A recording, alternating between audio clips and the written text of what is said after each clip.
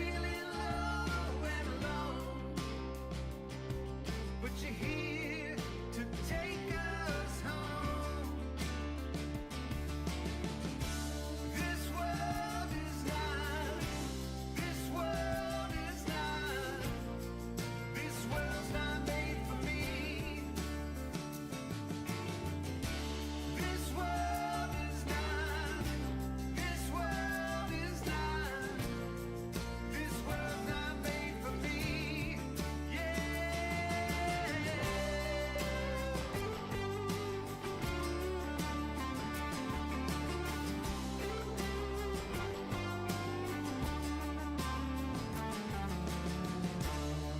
It's time to pay the toll.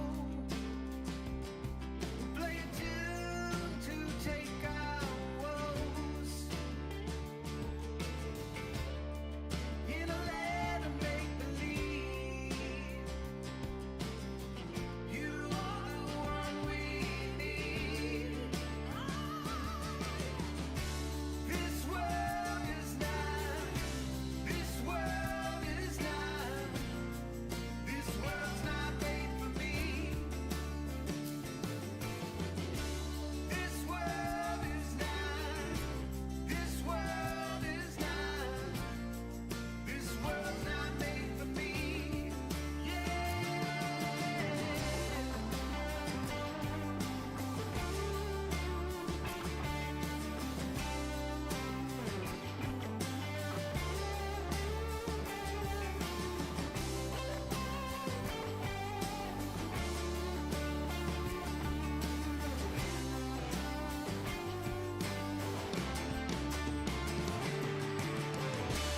This world,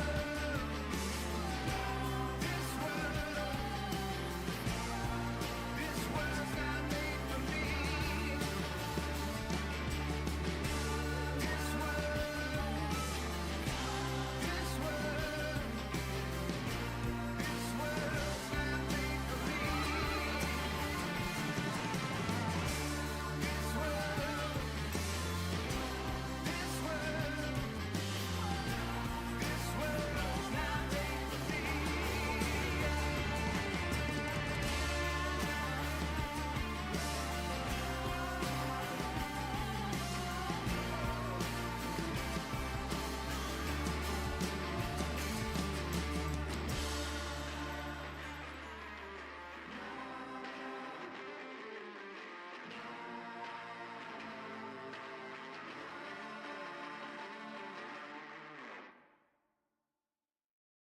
And on that note, I believe we can begin.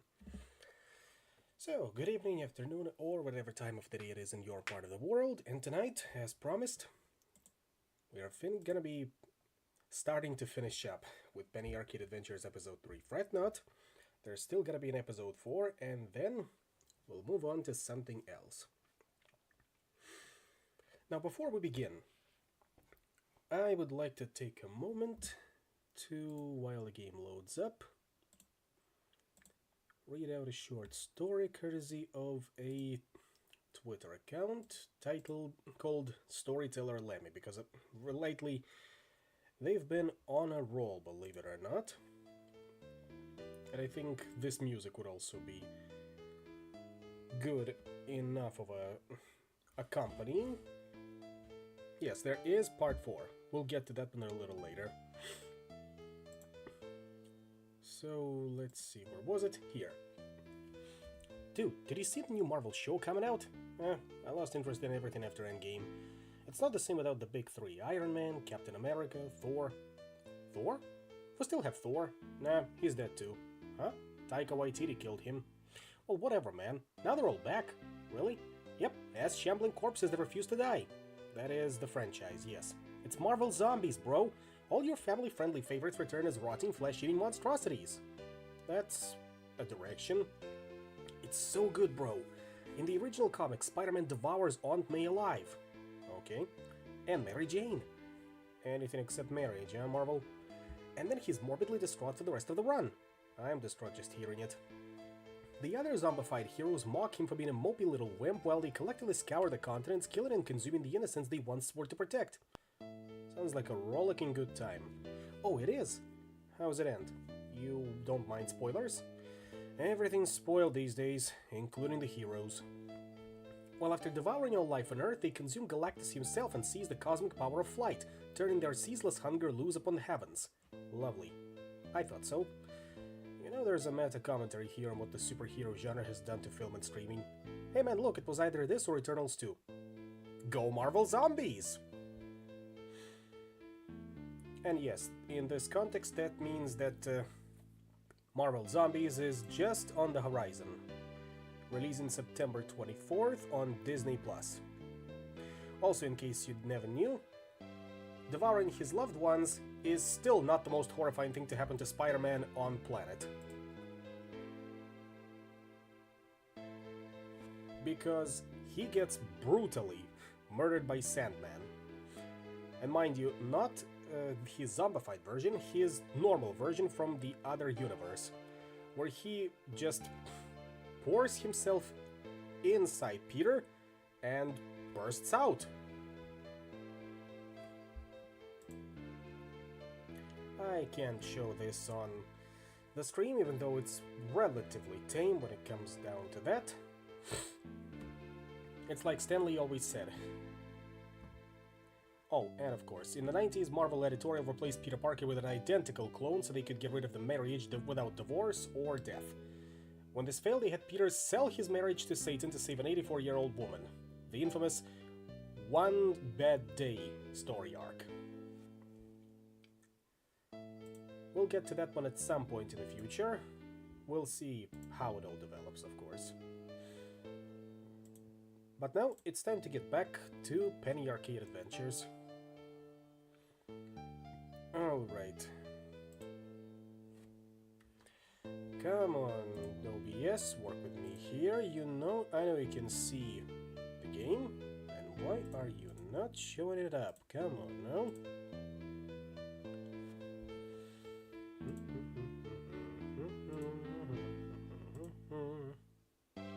Well, if you're not gonna cooperate with me on this one, I'm gonna use window capture. Just because you are being uncooperative tonight. See? A little better now. No double sound as far as I can tell. I think we are good to go. And there it is, the beginning of the end.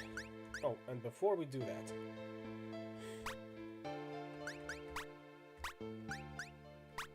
quiet, save settings, the beginning of the end, a bonus scenario that takes place before the main story.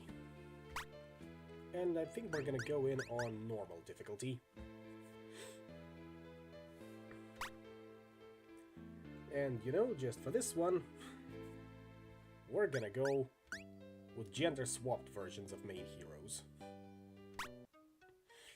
Over the course of his employment with the Startling Developments detective agency, Gabriel has had cause, on so many occasions, to be terrified.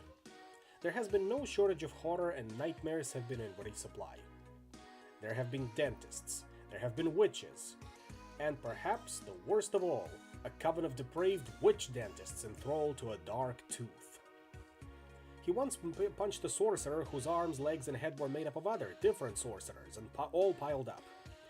Certainly, it saved him time being able to punch all of them at once, but the implications were disturbing. But he has never been so terrified, so shaken to the marrow, as when he hears the words, "Gabriel, I've been thinking." Gabriel recoils as though from a snake. Our language is crazy antiquated, you know? Our pronouns are a complete mess. Common usage is literally dehumanizing, and I won't be party to it anymore. As of today, I am quitting English pronouns cold turkey. It's straight up Z, her, and hers from here on out. That's it? That's it. Really? Yes. You know, this joke works even better with the female avatars. I can go back to sleep. Absolutely. Be my guest. Okay. Taika closes the sarcophagus. Perhaps 5 seconds later, Tycho swings the sarcophagus open. The brute rests within, upright and fully dressed. Up, Gabriel, up! The early bird gets the worm, or worm equivalent. We're the birds in this metaphor. No. Fantastic. Also, drink this. We've got a hard day ahead and this is going to help, I think. Tycho wags a flask of some kind. It looks black, but no, that is merely the oily contents. It tastes like... wow. It tastes like the worst possible taste. There is nothing at first, save the belly warmth which is so often accompanies the consumption of flasks.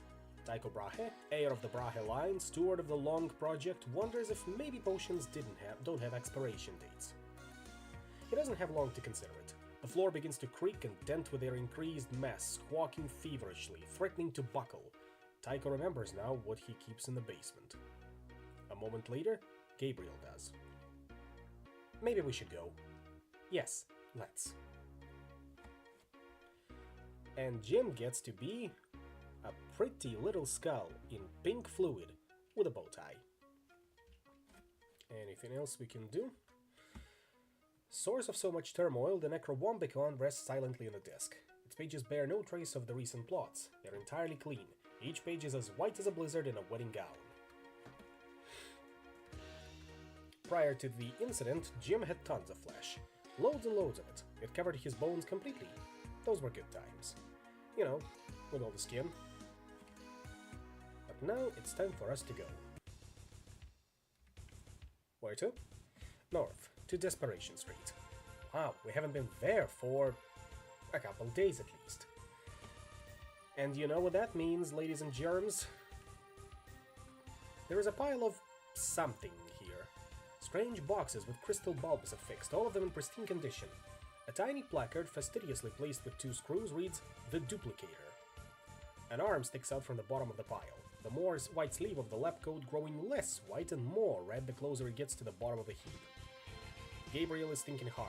His brow furrows until it becomes a shelf over his eyes, and kind of eye shelf. So he tried to duplicate his duplicator? What do you call it when something happens but the thing that happened is funny because it's like the opposite of what you think would happen? I call it hilarious. Grab one of those duplicator things and let's go. You got a duplicator. With this thoroughly implausible device, items you use in one battle will regenerate by the next fight. And that's how they get the duplicator for the 3rd episode. Nobody would mind. A new adventure. All allies have increased stats. 3 evil mailboxes. What are we starting with? There's the Brute. These things are bad news. They're also where bad news is delivered. And Scholar. Mana Spigot. Gain an extra MP each turn, self. Dark Delivery. And anything else? Beast Mode. Big stat boost, lose MP each turn while active. I think we're still gonna go with a regular old Fireball here and full auto. Down and out one goes. And that should be enough. Yep. What do we get out of this one? Briquettes. We can put those on Gabe right away, considering he is currently using our only fire attack.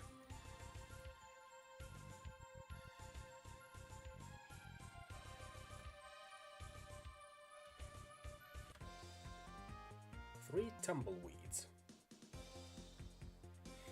I could make a joke about tumblerweed, but I don't think their hair is pink or purple enough for that. Dark weeds, dark deeds. Breezeborn, speed up. That won't help you too much. And your attack is fairly unimpressive.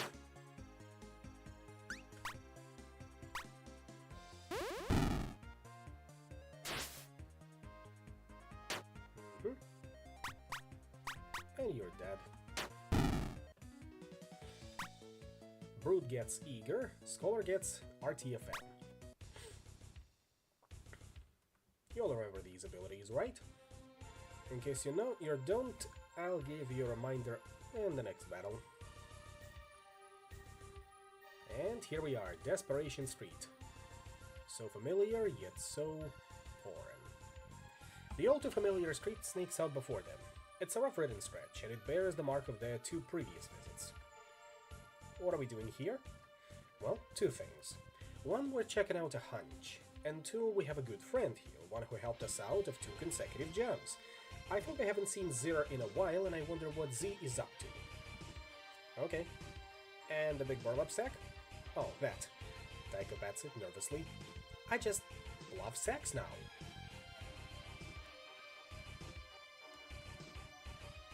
It's not the same without all the fruit fuckers, but we'll take what we get.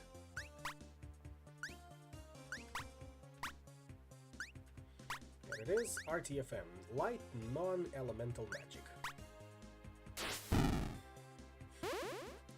There is a joke in here somewhere, but it's intranslatable right now.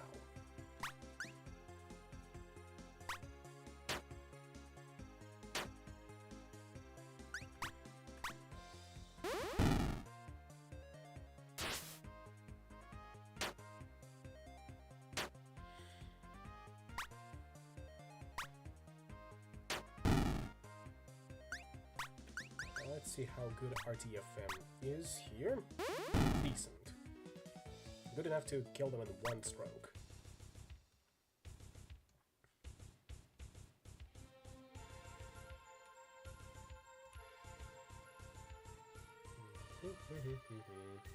Oh.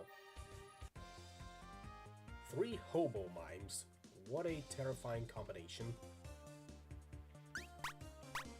His invisible box is made of invisible cardboard.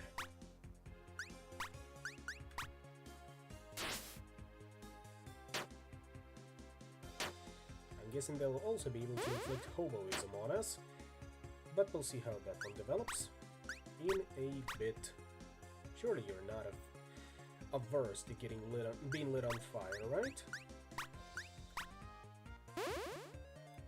You're indifferent to it. You've all got invisible boxes, but that won't help you much, I can assure you of that.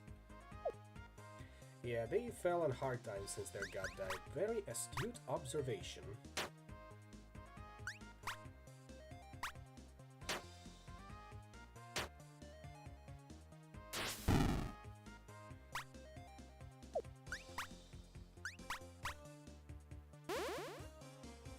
Now I just need to continue laying into you. And that'll be good enough for us.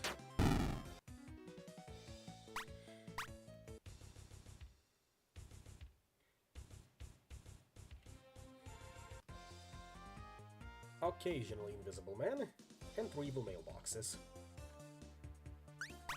What do we know about you? He's visible most of the time. Honest.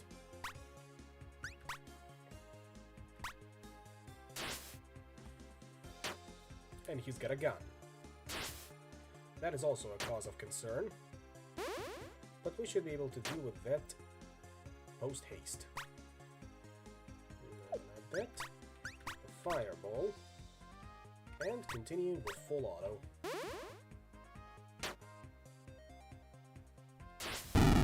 There go all of the mailboxes. Let's try going beast mode just for you. Stats up, MP up, keep on. Also heal yourself up immediately with the heal.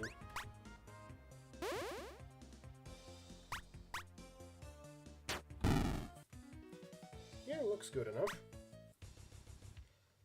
There's the orange tree. Good thing they haven't cut it down since then. And some more tumbleweeds for us to deal with. The dark wind blows. Enemy strength and speed increased. I think we should be able to take them on. Even if they speed themselves up even more.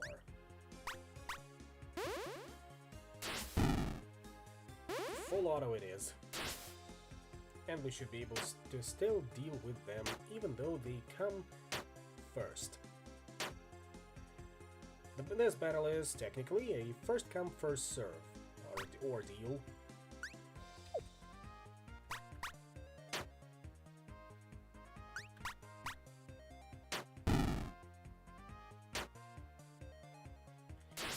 Tumbleweeds are invasive, you say?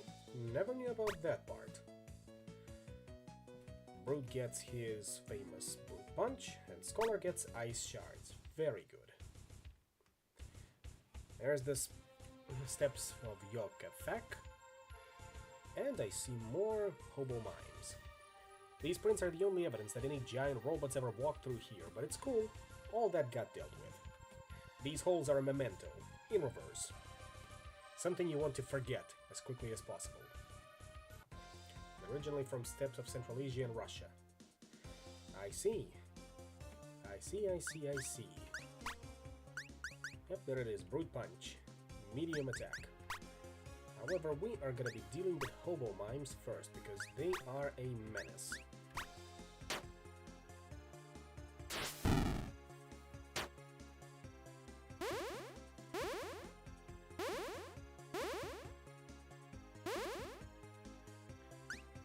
Next, I'm thinking... Oh, I accidentally went beast mode. That's not the things you usually say at the gathering, but I'll take it. So we just gotta beat you down regular style.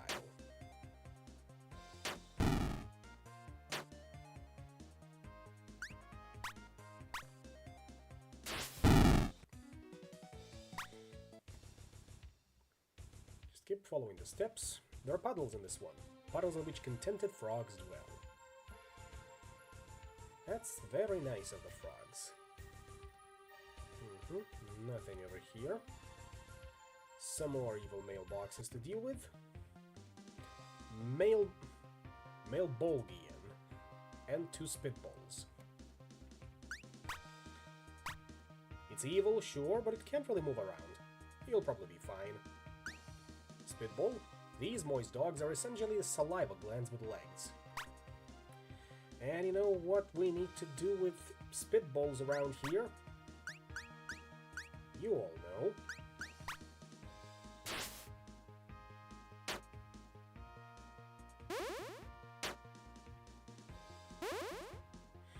Especially once they stun you like that.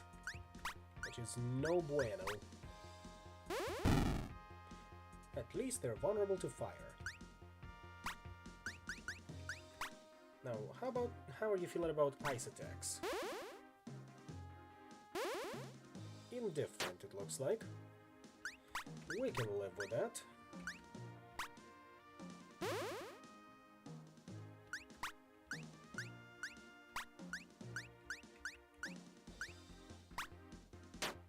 Still, I'm thinking we'll be able to do that one. Defend, heal up Gabe,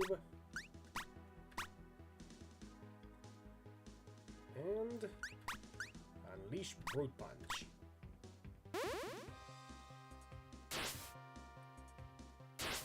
Malevolence, huh? I'm not surprised considering what you've got in there, but still not something to be scoffed at.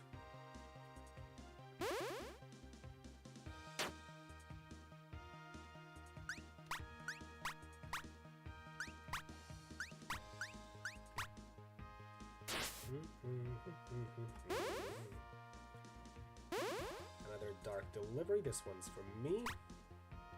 But that should be fine. We're all fine. What do we get? Scholar now learns Overkill. And tiny flowers have begun to poke up through the indentation. Right, you 3 are. Francisco Villasenor. Value proposition is strong. Merchandise, you know? It is speaking for itself. Ah, those are the merchants from the main game. Looks like they've got all of these same items. I just graduated from the store academy, alright? This is my first store, go easy on me.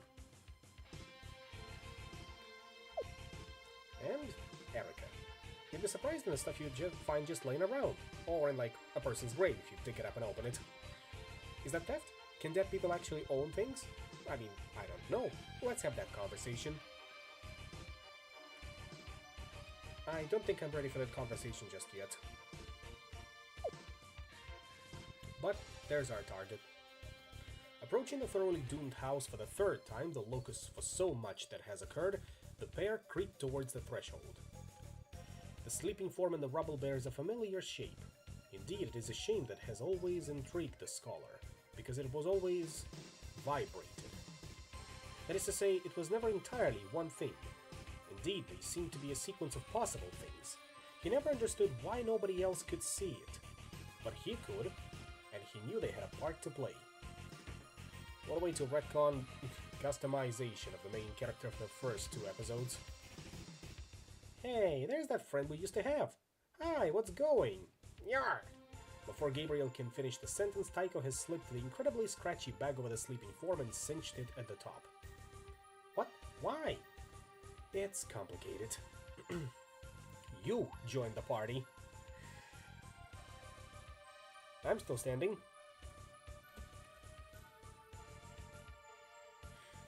They've been here before, of course, though never quite under these conditions. It's not entirely clear what happened to the house this particular time, but... oh no. There it is. This time the house decided to sink into the earth. The sinkhole is visible. A strange music tinkles out.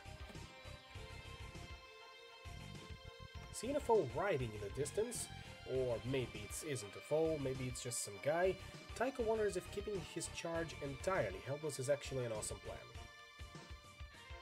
I know we just kidnapped you, and this probably seems rude, but I definitely need you to fight and maybe even be grievously injured in our service. Don't die though. That's out of the question. If you die, I'll be super mad. He cuts a hole in the sack and extends his storied rake. A rake that has whirled at the center of 1,000 deaths. We broke it at the end of episode 1, and then in episode 2 we used a hoe. Here, hand tentatively grabs it. Just like old times, right? Mostly? No? Alright. Remember, don't die. Squatters. His hoodie is actually a carpet of malevolent ancient moss. Now, what was that other one? Overkill. Uses all MP for a massive dark magic attack. That's what we have Mana Spigot for. As for us, we've got the Garden our pin. Garden of Tranquil Waters. Rake Slash, weak attack, adds bleed. Sackcloth, defense and magic defense increased. Early Harvest, 1 supercharged garden effect. Why did I think of Chris? Because we are also genderly ambiguous in this particular case.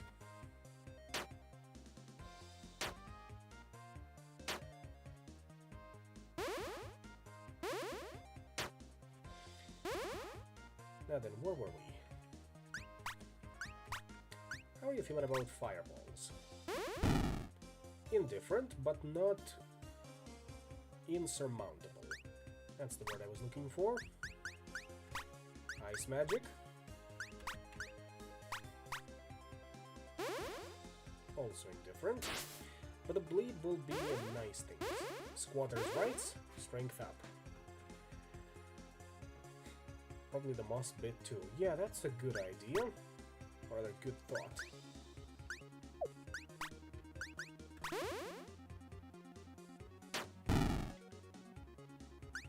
Next, I'm thinking we just attack you and apply some more bleed on you.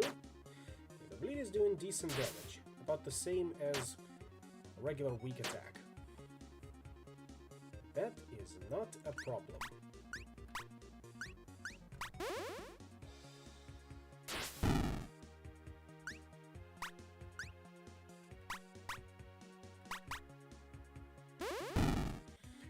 So they are vulnerable to dark magic. I see.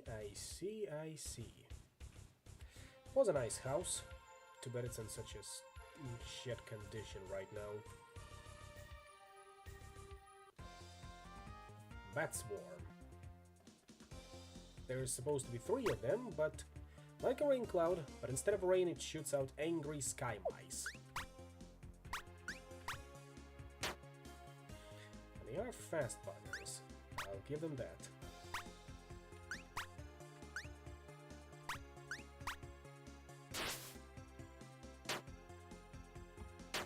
At least they don't seem to be too threatening. They've got about, what, 110 HP? Yeah, about that much. We'll be able to deal with them with no problem at all.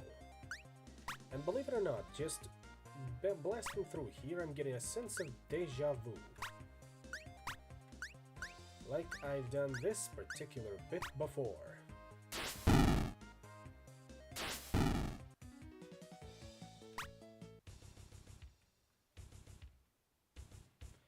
Was this your home? Yes, and it was beautiful. Well, we're gonna deal with some spiders. 3 really big spiders. Now I would need a rake to deal with one of those. Or a hoe.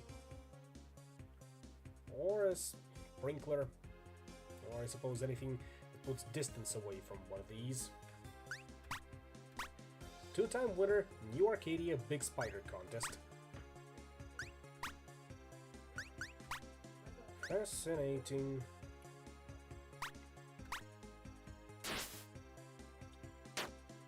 At least they're just in the game, that is. Oh, you still remember that bit. I suppose you should be easier to deal with. Not right now, though. Since Mother is back home, I don't have the luxury to be, well, more unhinged, let's put it that way. Maybe sometime during winter, but we'll have to see how the situation develops.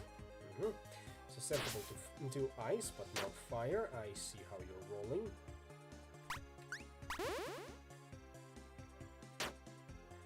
Almost got you, though. Almost got you.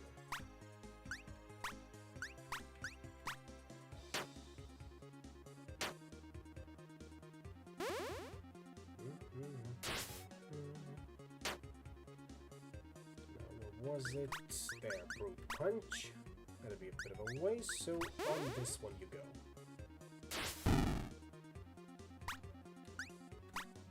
And the bleed looks like is also not enough to kill them. Or rather, it stops at 1 HP so that we can finish them off. Brute gets finish him. And that is it for now. But we also get another prize, which is a trench coat. A statement piece that protects allies when you defend. I think we should equip it on ourselves.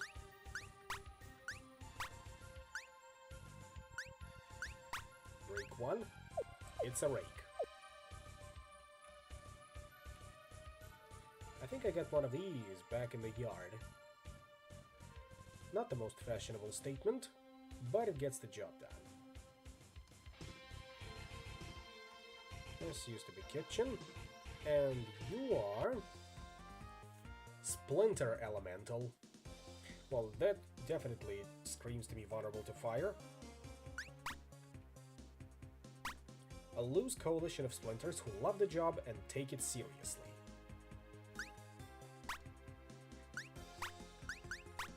Indeed, indeed. Look at that, they don't even respect the first strike rule. They're just getting in there, pushing splinters up under your fingernails. Bastards, a lot of them. That's why you're gonna be eating Fireball.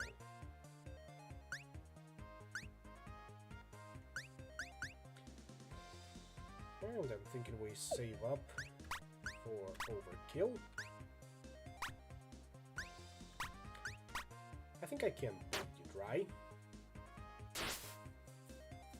Still, physical attacks don't seem to be working too good against them. Fireball is the way to go.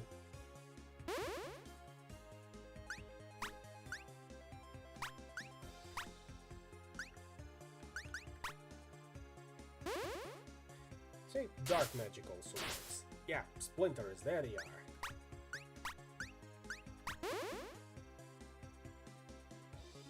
What else can we do? I suppose...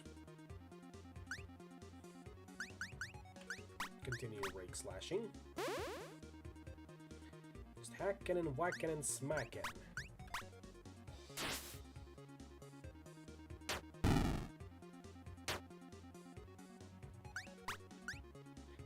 Let's finish him, does. Light attack, double damage if only one enemy left. Interesting, but for now I'm gonna be sticking to the fireball.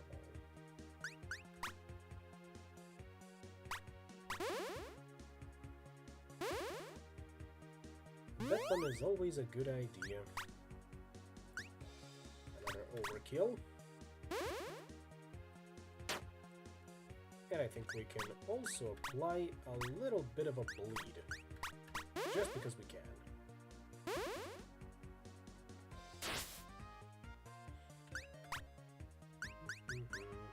Ice shard shouldn't be too good, but hey, 37 HP, you're as good as dead. Oh, ice also works, surprisingly.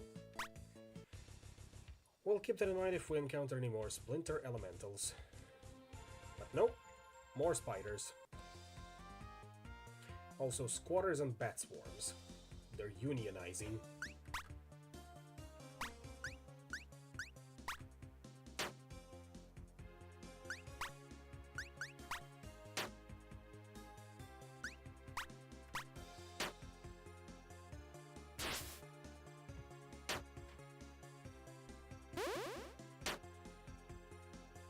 The distant relatives of a pain elemental. All elementals are relatives to one extent or another. That's how they work, most of the time.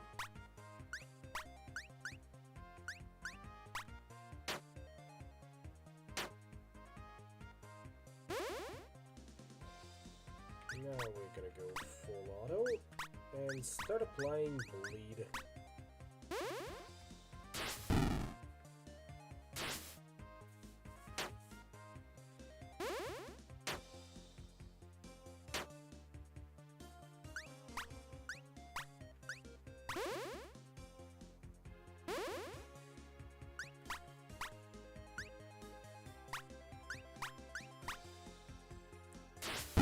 Everything is working out so far.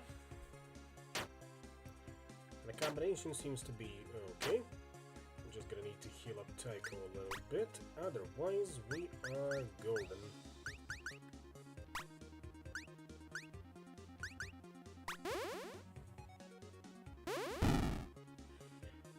Of course, since we've got 4 MP, we can always just do an overkill. And use the potion on Tycho, like that. And you are as good as dead.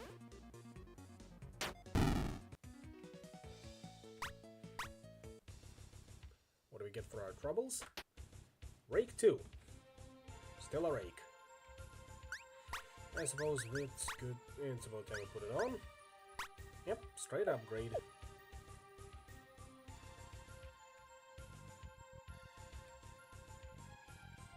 And down into the basement we go.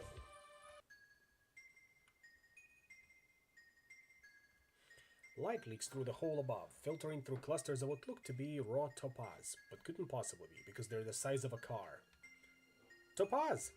Nope, too big. But, ha, I knew it couldn't be a coincidence. There were simply too many nested phenomena.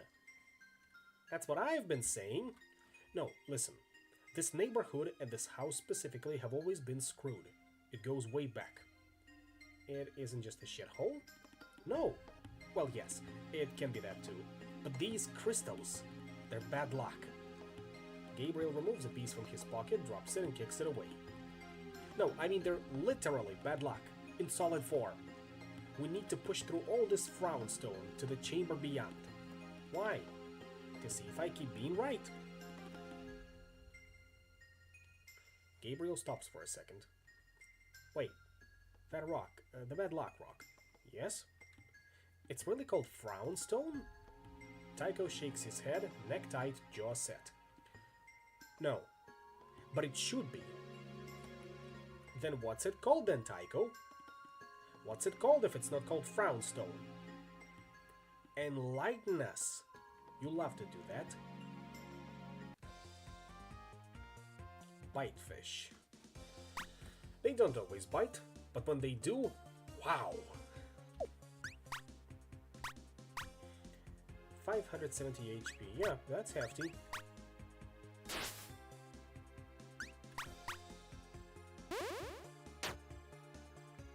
And the bite seems pretty solid. I think we can offset it a bit with Garden of Tranquil Waters, but for now, let's see if they're immune or at least resistant to fire magic. They're not. That's good to know. What about ice magic? I know we can always rake them over the coals for this one. Ice magic is a no-go. Fire magic it is. I see.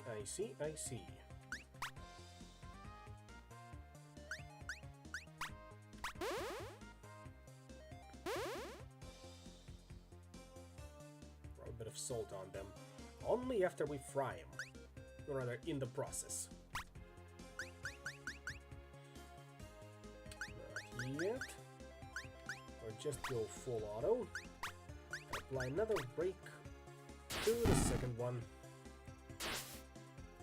Like that.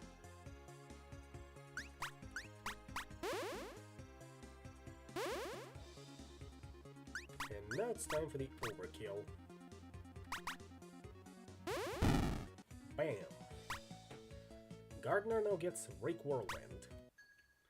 You remember all those attacks from the first game, right? Of course you do. Knitters. These benevolent spiders sew wounds with pearlescent silk. A bit of a self-heal. So I suppose we can stick it onto Gabe. No, Briquettes are good as they are, so on Tycho they go. We'll see if the self-heal will proc. Oh, takeout noodles. Haven't had those in ages. Ancient takeout. It's not edible. In fact, quite the opposite. It will instead eat you. Yep, that's a self-heal. For about the same amount as Garden of Tranquil Waters, which is very decent, if you ask me.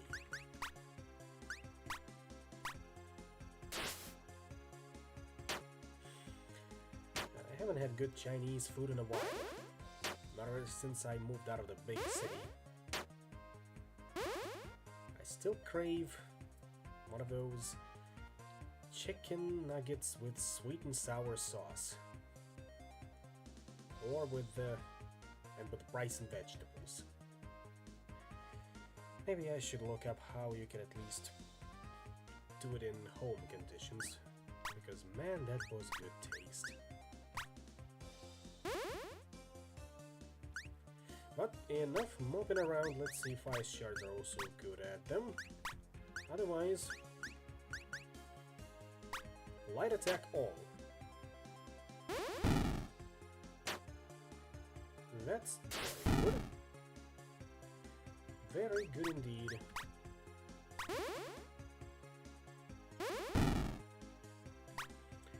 And now we're just gonna finish you off with ice shards. Should be good enough. Yep, it was.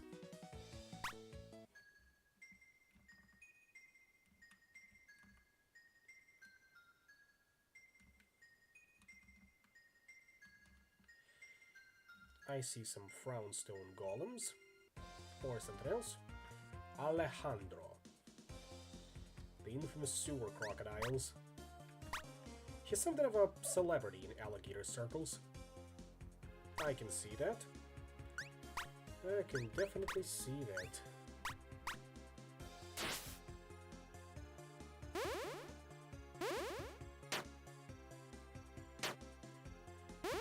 All bite, but no bark. Mostly because they're crocodiles. Still, that won't stop us. Especially seeing as you are vulnerable to fire attacks. Let's see if you can say the same about ice shards. Oh, no. Accidentally clicked on everything. And it looks like you're resistant to ice magic. I see how it goes. Still, I will not be interrupted.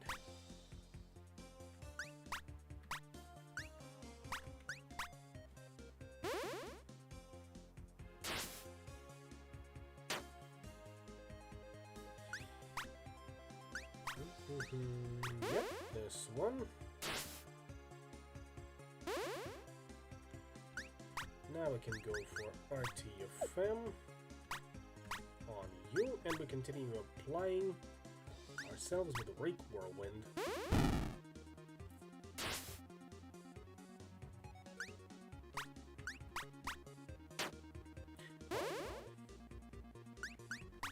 Gabe, get up. Got a job to do.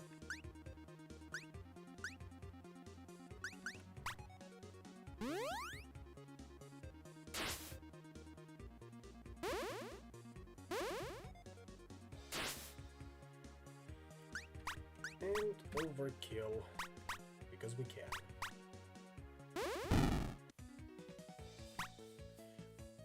Brute now gets shot up,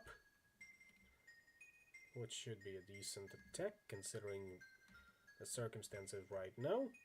Oh, remember Preserver, those crystals? Air Shard. That was a bit different than I remember them. Watch out, these shards are known to get cray. So why are you acting so cray, huh?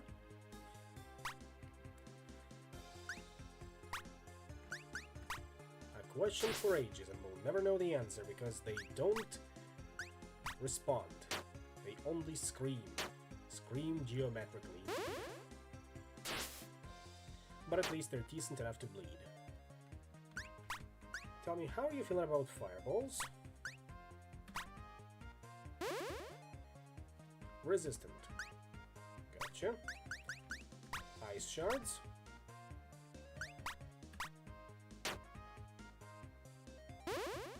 Resistant. Write it down, write it down. How about regular non-elemental magic? Well, I suppose a little bit of... oh, at least... Dereflect. Okay. Alright.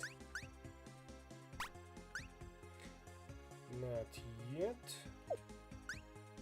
Shut up.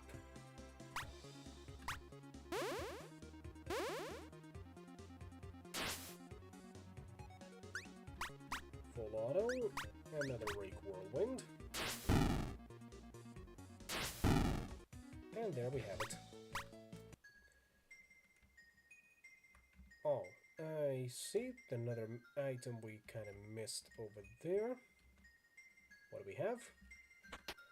Talismans. Delicious MP drops for fresh breath and psychic vigor. Plus 1 MP per turn if memory serves right. Those are very good. And I'm thinking we actually give them to Gabe for this one, because a lot of his attacks are starting to use 2 MP per turn. Briquettes are nice, but talismans are even better.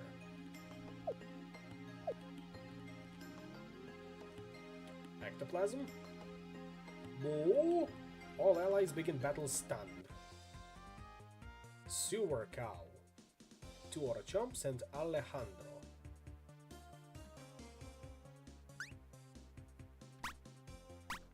A calf that wanders on the ground might be changed forever.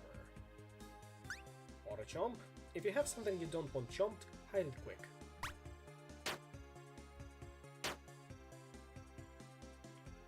Yeah, too much ectoplasm in the toilet pipes. At least this time it's green instead of white.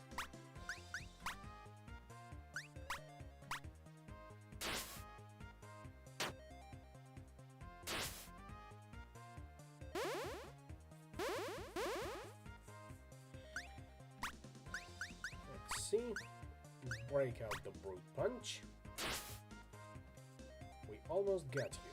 Now we're just gonna finish you off with full auto and break whirlwind. This'll be good enough. Gotta call the Ghostbusters for the 21st time this week. It won't come down to that, I can assure you. Now let's see, how are you feeling? Oh, still super effective even without the briquettes. Very good to know. Overkill on the sewer cow, keep applying break whirlwind.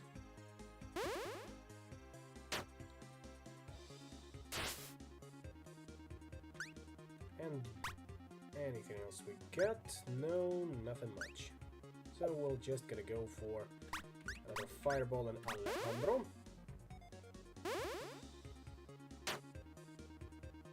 Meanwhile, sackcloth and let's see how ice sharks behave. Uh-huh. Good to know. Thank you for clarifying that. But I don't think we'll be making much use of that. No, I don't. I think we will. Like now.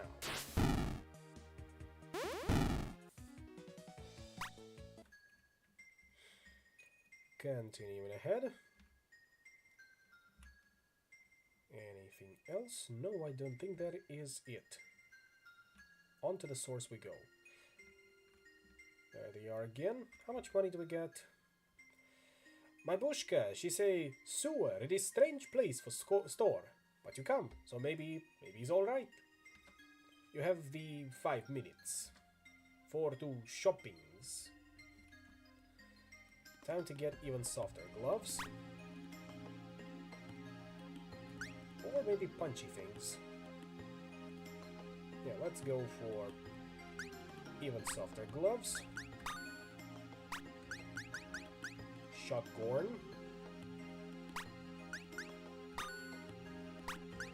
Anything else? Does not look like it. So we're just gonna sell our previous weapons.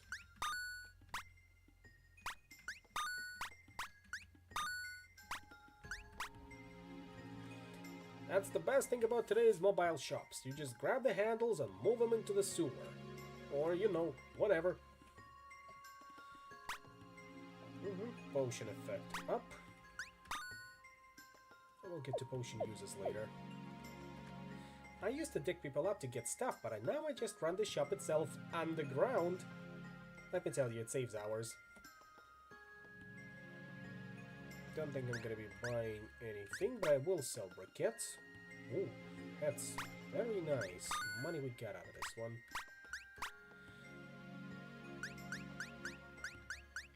Yep, everything is unchanged.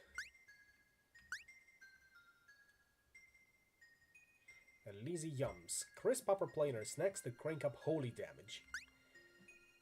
And spooky shoes. These vile shoes increase one's attunement to dark energy.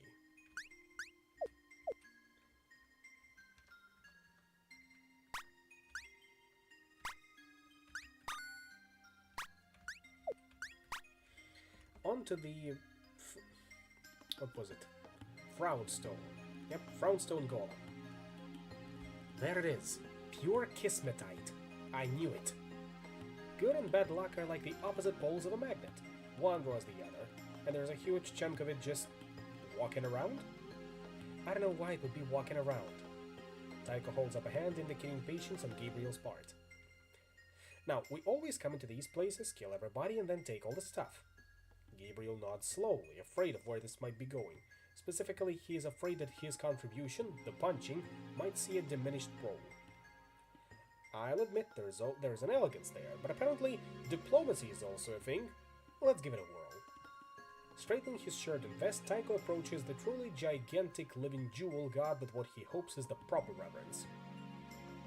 It emits a hum of almost imperceptible lowness, a bass note that jostles the teeth in his gums. He tries to be cool about it. Okay, which of your crazy facets should I be addressing? The tone shifts perceptibly. A humble request made in humility is a music to my kind. Of what use I may be, heir of earth. We need most, if not all, of your torso. Come again? Exasperated, the scholar waves a hand at and around the thing's massive trunk. We're gonna need all that. That is quite impossible. That's where you're wrong, Lucky.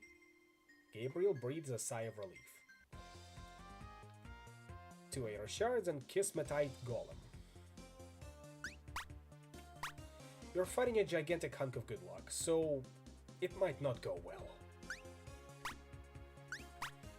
Still, we gotta try.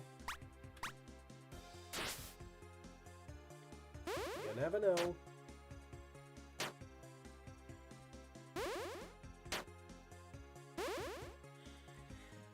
But you know, if luck was a tangible concept, like say in Shadowrun, I imagine these would be hunted down for their components, just like right now.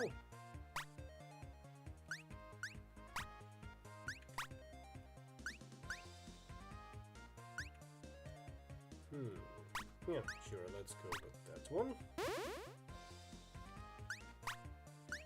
And break world.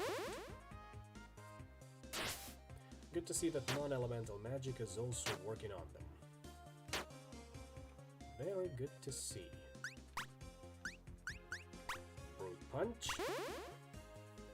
It's of course gonna be diminished, but still better than nothing. Now how about Overkill with a dark magic?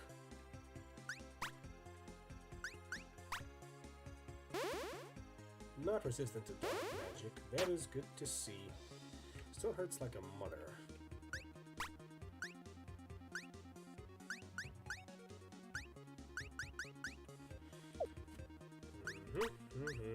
Yep, that should be enough. Oh, I go down because of that. Still, break out the potion.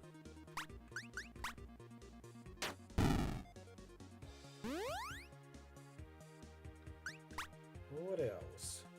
I suppose we can continue applying sackcloth. And Brute Punch.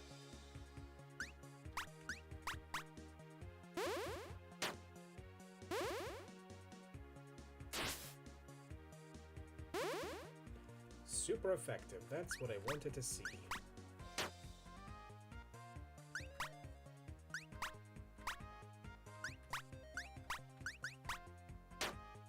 Hey, don't kill me just yet. Otherwise I will be disappointed.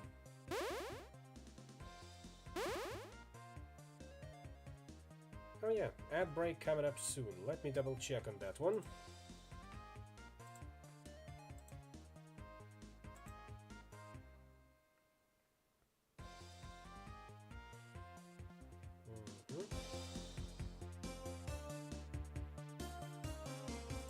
And the game still does that thing where I...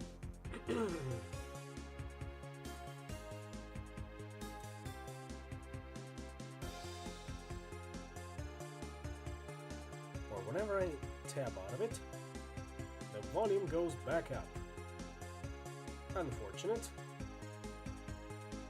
But hey, not the worst.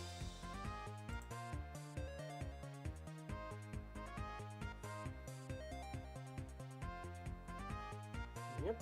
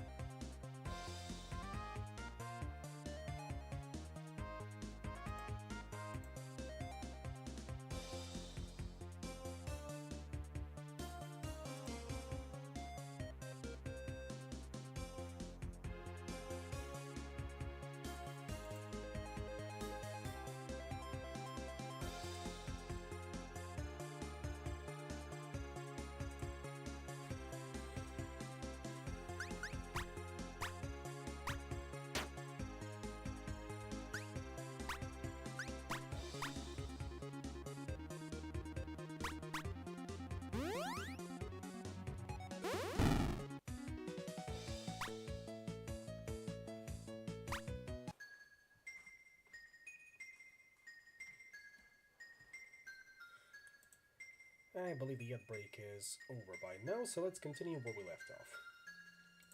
The wholly conscious gem person stumbles back in confusion, falls backwards, and shatters into a million pieces. Son of a...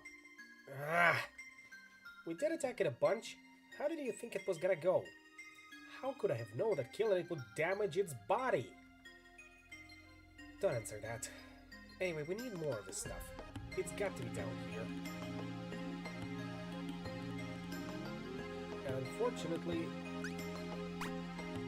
or fortunately... let me just close the game and launch it again so that we fix the sound issue.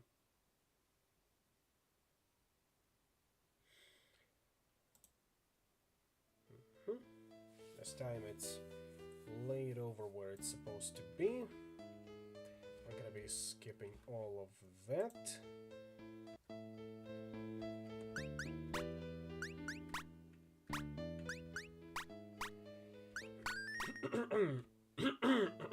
And continue where we left off. I see more fishies up there. I could really go for a grilled fish right now. Oh, and some Chinese food too. How thoughtful of them. Well, I'm pressing all my buttons right now. And we also learned us Garden of Dangerous Bees. We could go for that to make this fight go a little quicker.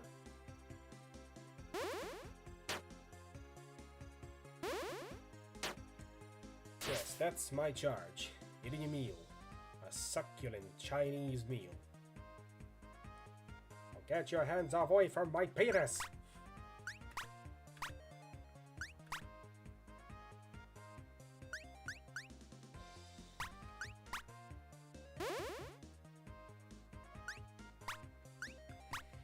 That one was what came out, that came after that phrase, so don't worry. Sometimes I just say things. They may be relevant, they may be not. I'm quite ashamed of my brain as is.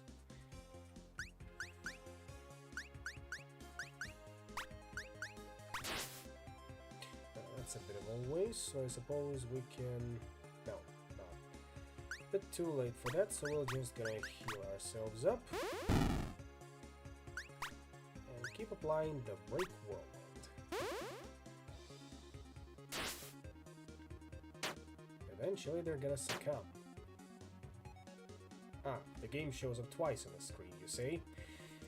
I guess OBS decided to finally cooperate on that one. How nice going of you, OBS. How nice of you to oblige when I asked. Yes, I'm a little bit salty. But sometimes it's just inevitable.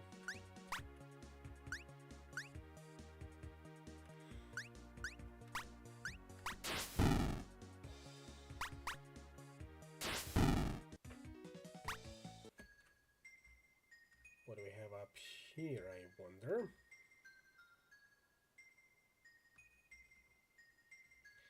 There is a shimmer deeper into the cavern. This is the sort of shimmer in the weft of reality that really turns a Tycho's crank. The shimmer can be seen even though there is a gigantic monster made out of nonsense directly in front of it. I want to make sure you understand, Gabriel. That monster doesn't excite me or anything. I'm just trying to jump through a magic hole or whatever, and there's always some kind of morphling or Yukari or morphling or Yukari or whatever sniffing around. It's fine. You don't mind? Nah, it's cool. Yeah, that is complete and utter nonsense. Unpronounceable, but the closest we can get is Morphorgulix. I'm not gonna bother pronouncing that name ever again. Let it be known. See, it even already comes pre-damaging itself. With the... what was it? With poison. Or was it acid? In any case, it's going down. I'll make sure.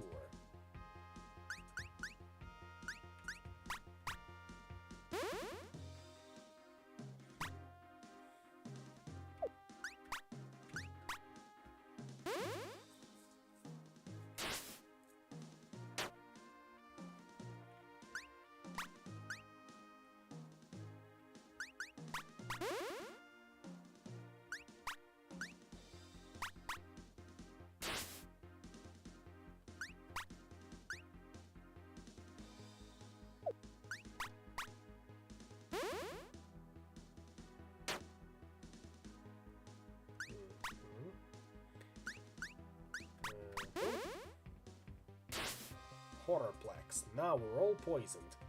And we don't have an antidote on hand, which is unfortunate. But the Garden of Tranquil Waters should heal us through that one, once again. Let's see, how are you feeling about ice shards?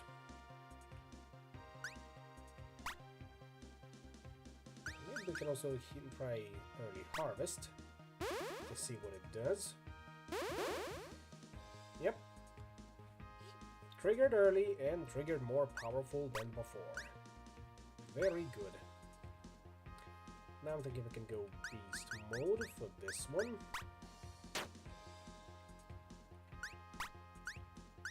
And continue applying ice shards, seeing as dark magic is not very good against it. Yeah, they are doing decent damage.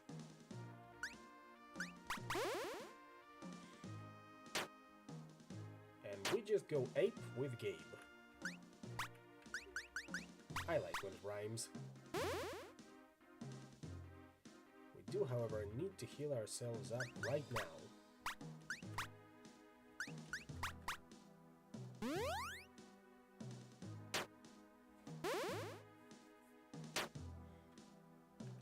How much HP do you have? 1128. We're getting there. We'll get there soon enough.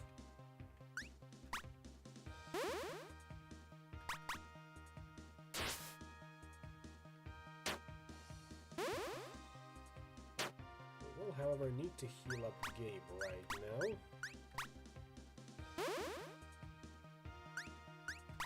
And continue applying damage. After what else is there to do? Scholar gets balance, which is a passive. Let's check up on what it does.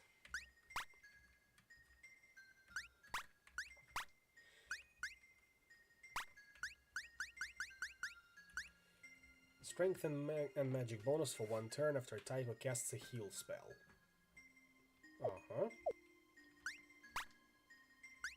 What do I have? Pinata. Enemy is more likely to target.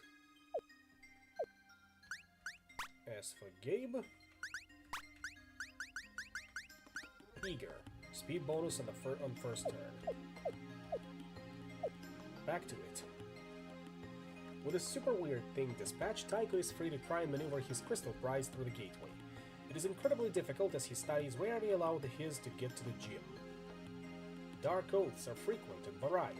Once Gabriel decides to help, it seriously takes like 10 minutes.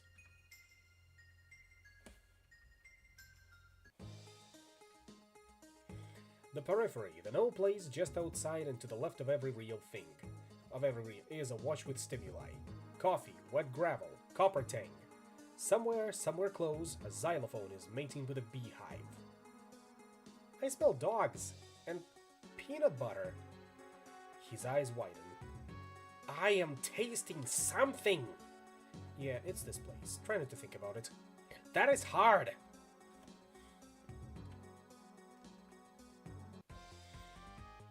Astral Hummingbird. Astral Hummingbirds are only 8% bird. The rest is hate.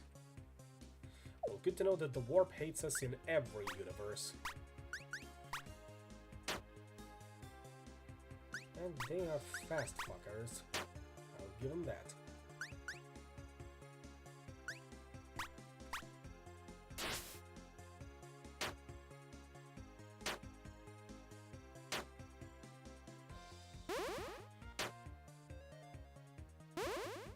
Yeah, you can consider them dead Aztec warriors. Alternatively, you can say that they are lesser demons of Zinj. Or Slaanesh, considering they're fast.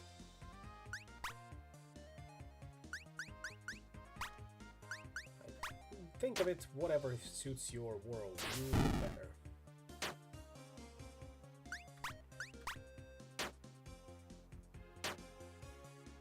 Try not to die. At least there's less of them now.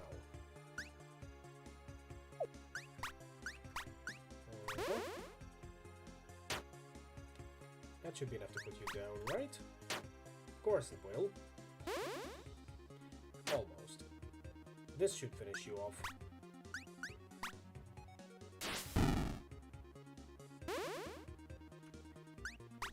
Up next. Oh, yeah. They're good to go. Gonna need to be a little more faster, and that'll be enough.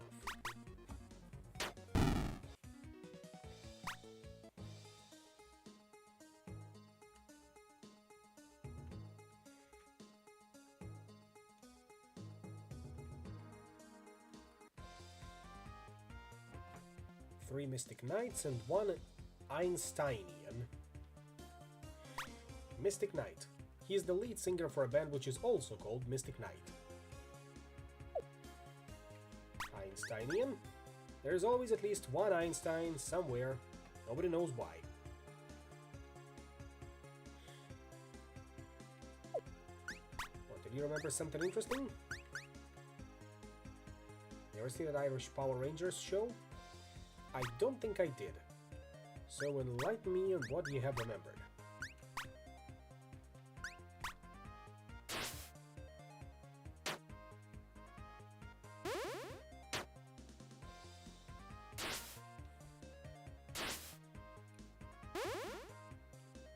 Mystic Knights, huh? Yeah, I don't think I ever heard about that one, so I can't say. Kick-ass show, you say? I'll take it into account. Ethan and Ender might know it. They might. We'll have to ask them around. At a convenient date, of course. Let's go with you. Heal up ourselves. And continue applying sackcloth on us. Because they do punch, and they punch pretty good about it. Fireball on Einsteinian. Ooh, there I go.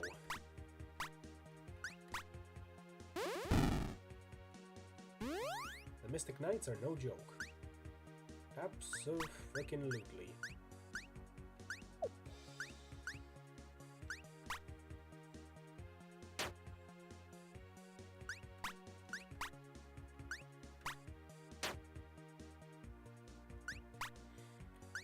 Oh, time to break out the overkill.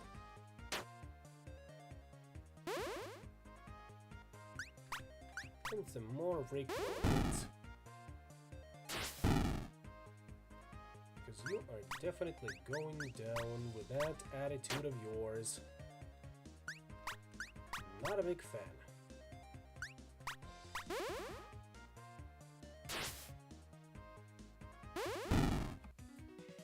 Let's see, what were you guarding? Self-help book. Increase all your stats by using this one weird tip. Yeah, that one was worth it. I'm even thinking we might give it to Taiko instead of Knitters. Pretty decent boost.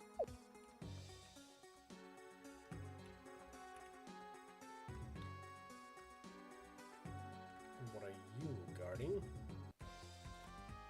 Space Toads. This ain't your father's interstellar amphibian.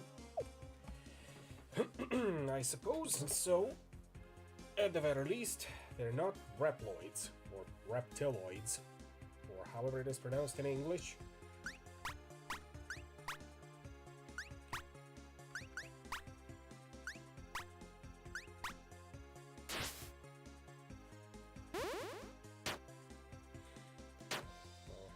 Decent hits. Which is exactly why we're going to be applying all of the available pressure we get. So, how about Ice Magic? Indifferent. Fire Magic? Indifferent.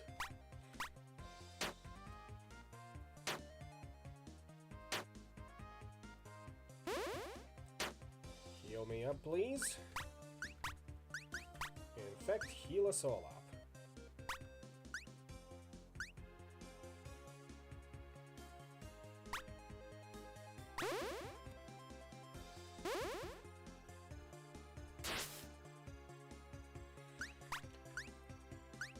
Sackcloth.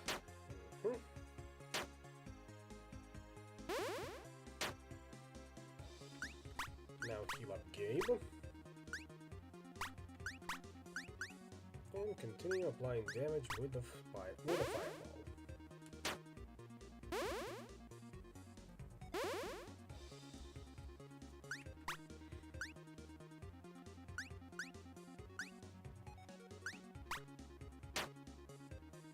Of course we go down, but that's not too much of an issue.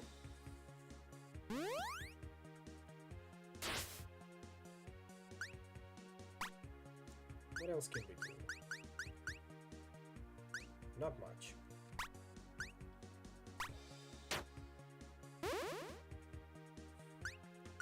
Of course they do that too.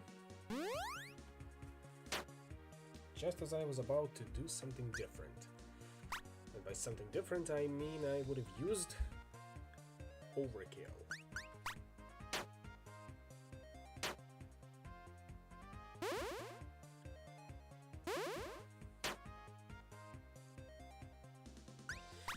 Alright, time to break out the overkill. I'm growing tired of these games.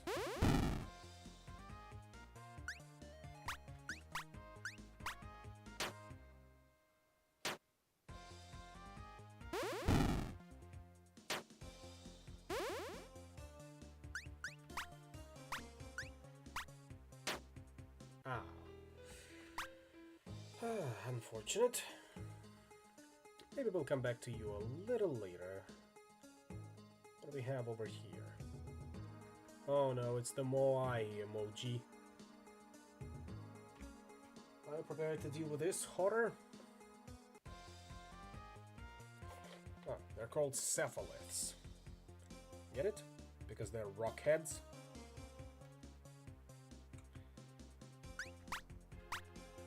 They dug up one of these once. The rest of it is cat-shaped. Sphinx. Always the Sphinx with these. But at least they're not soul-crushingly boring. Ask Sam and Max how I know about that.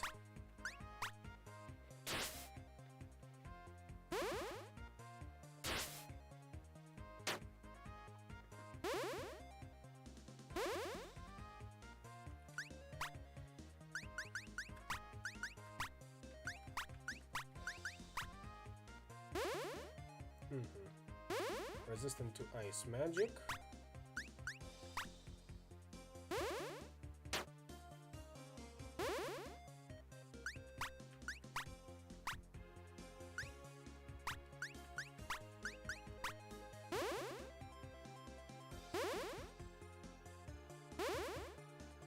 Oh, almost forgot to apply Garden of Tranquil Waters. And I'm thinking overkill, just to test.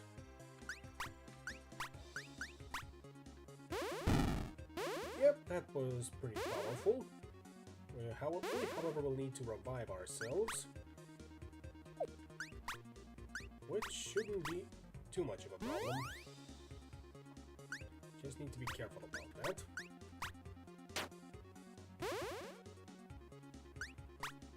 Another sackcloth.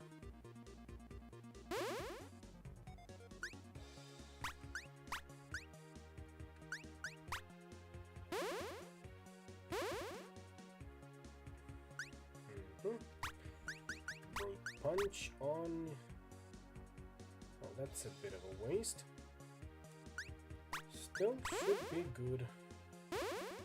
Oh, and I go down again. I am definitely not as tanky as I am supposed to be.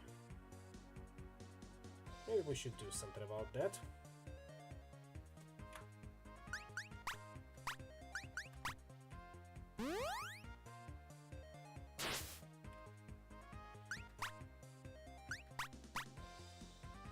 did you heal up? I think you did. Or maybe... no. No, I'm just misreading numbers. I thought for a second you had a lot more health. But it's all gone now.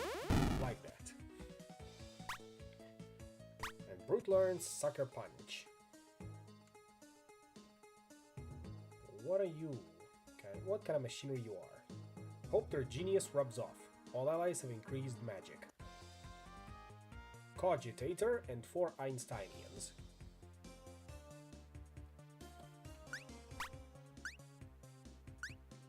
So, Sucker Punch. Cogitator. Cogitant assist. Instantiate process. Consumptor.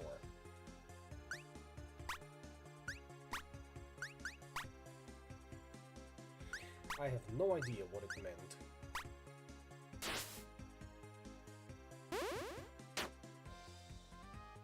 But I guess you are content with hitting us in the face with your pointer.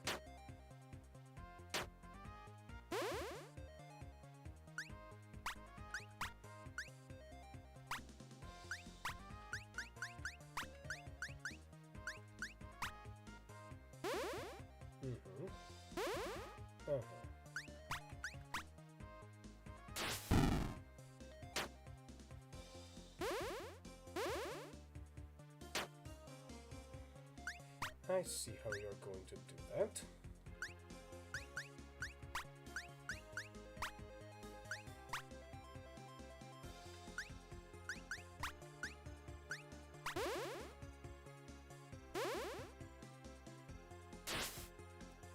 Just resistant to magic.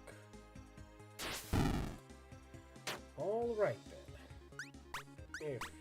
If you say so. We're gonna be dealing with you with brute force.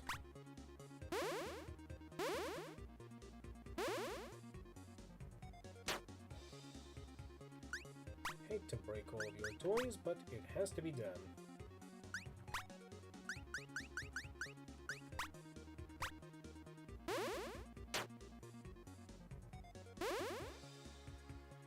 Especially once you start resisting my attacks. That is also very, very annoying, believe it or not.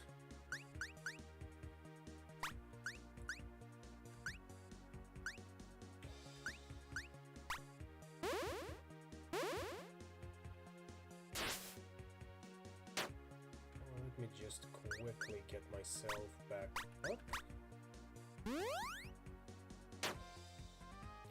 Of course, Tycho goes down.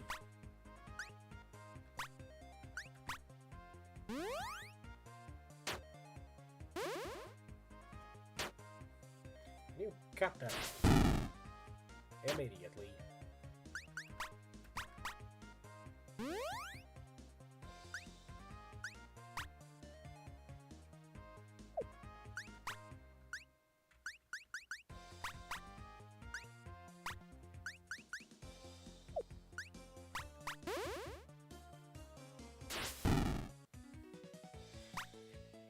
Let's see, Scholar got Blizzard, and we got Ultimate Rake combo, which should be a further upgrade for our basic attack.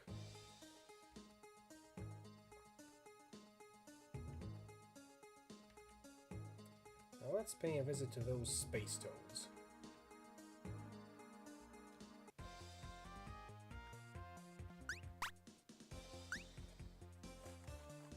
Let's see. Yep, there it is. Blizzard, Light Ice Magic Ball. Ultimate Rake combo, Massive Attack.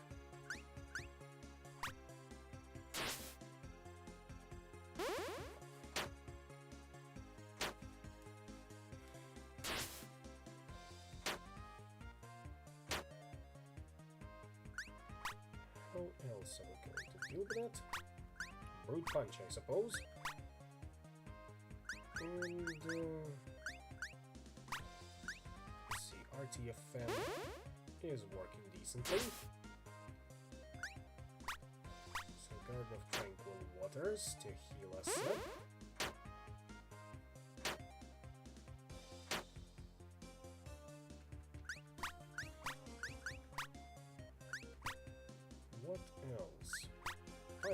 suppose.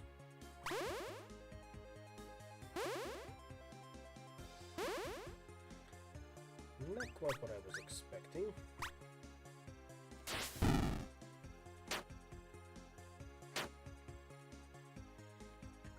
Can, however, break out the overkill on you.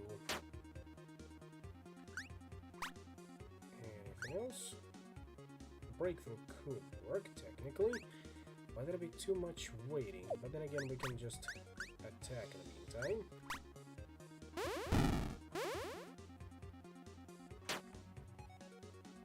Just like that.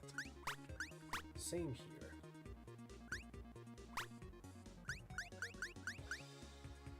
Blizzard. Used to be very entertaining, as they say.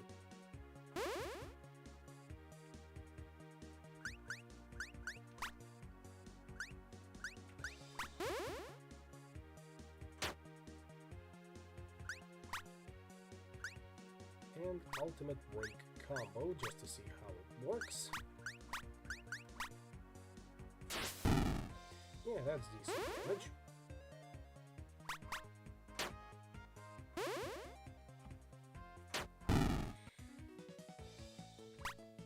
And we get decent money out of this one. I saw some Mystic Knights over there, but I guess they're also just leading up to that exit. Let's go back to check if that is correct. They're not guarding anything useful as well. If we go up here, more of you. Suppose we can deal with that. Cephalith and 2 Einsteinians. Alright.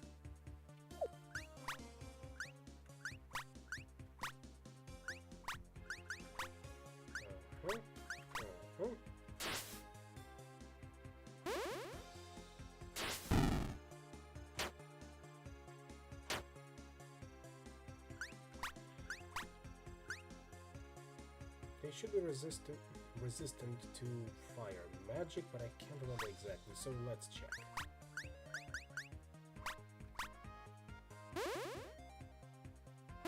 Yeah. We'll need to switch that around. In the meantime, Garden of Tranquil Waters. And let's see, Ice Shards on Einsteinian and Fireball on Cephalith. Oh, I guess he was just resistant to ice to any magic at all. I see how it goes. But we are coming out on top of it. And just so that we are completely certain, we are going to just punch you to death. Like so.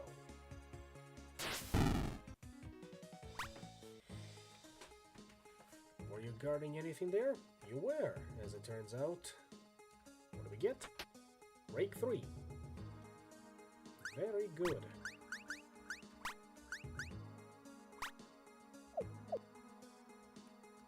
And yep, looks like that Mystic Knight was just guarding an alternate entry. I suppose we can fight them too. 2 Mystic Knights, 1 Space Toad, and 2 Astral Hummingbirds. Yeah, even more damage against Canadians. Always go for that.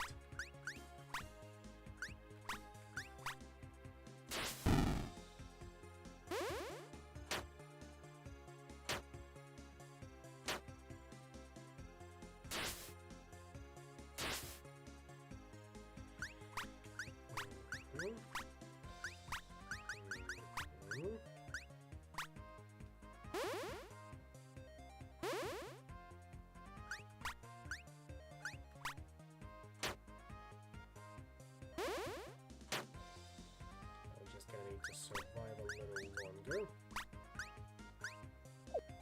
Oh, no.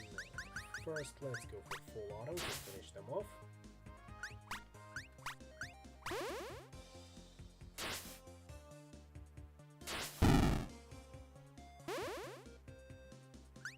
And now we can start dealing with a lot.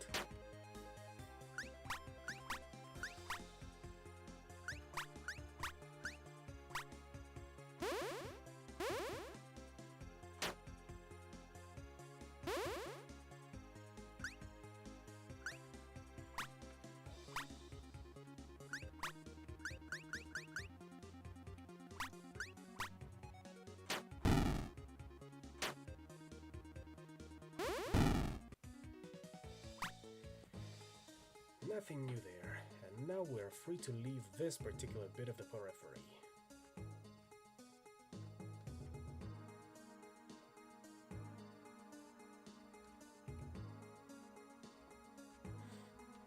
Looks a little rougher over here.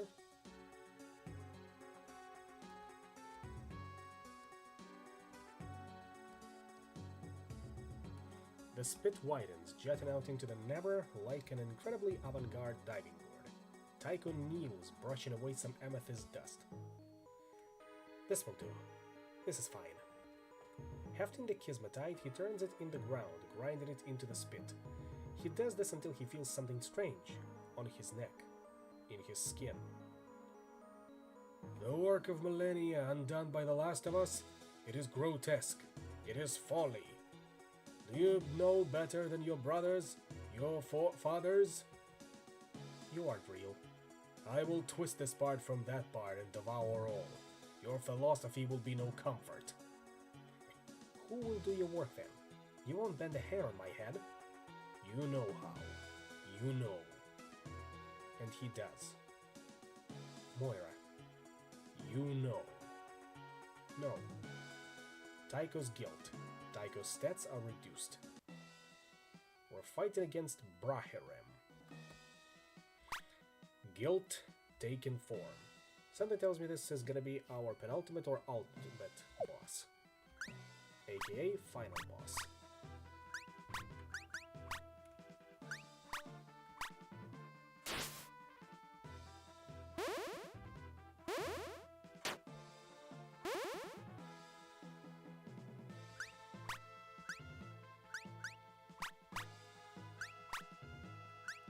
Still, we gotta do it. It will not go away in any other way.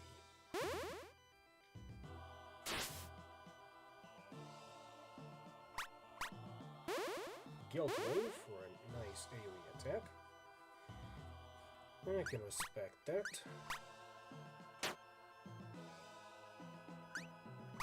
What else can we do? For now, I think we just farm up some more MB. Resistant to ice damage as expected. Also, I've chosen the wrong thing, but that's on me. I think we're just gonna save up on overkill until we're at least at 6 MP and then blast him. Up next. Let's see if Finish Him does any more damage than usual.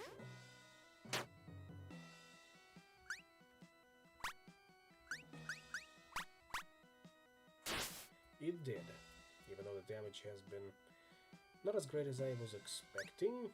We can still go for other means of dealing it.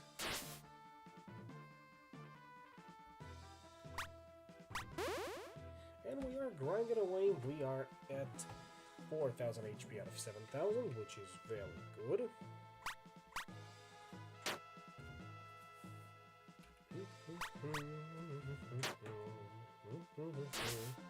Indict. That was a very nasty attack, if you ask me. Good thing we can just keep punching through our problems.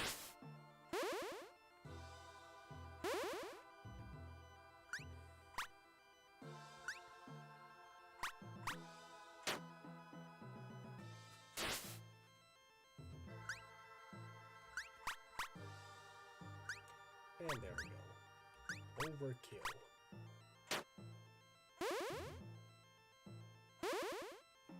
Still didn't do as much damage as I was hoping for.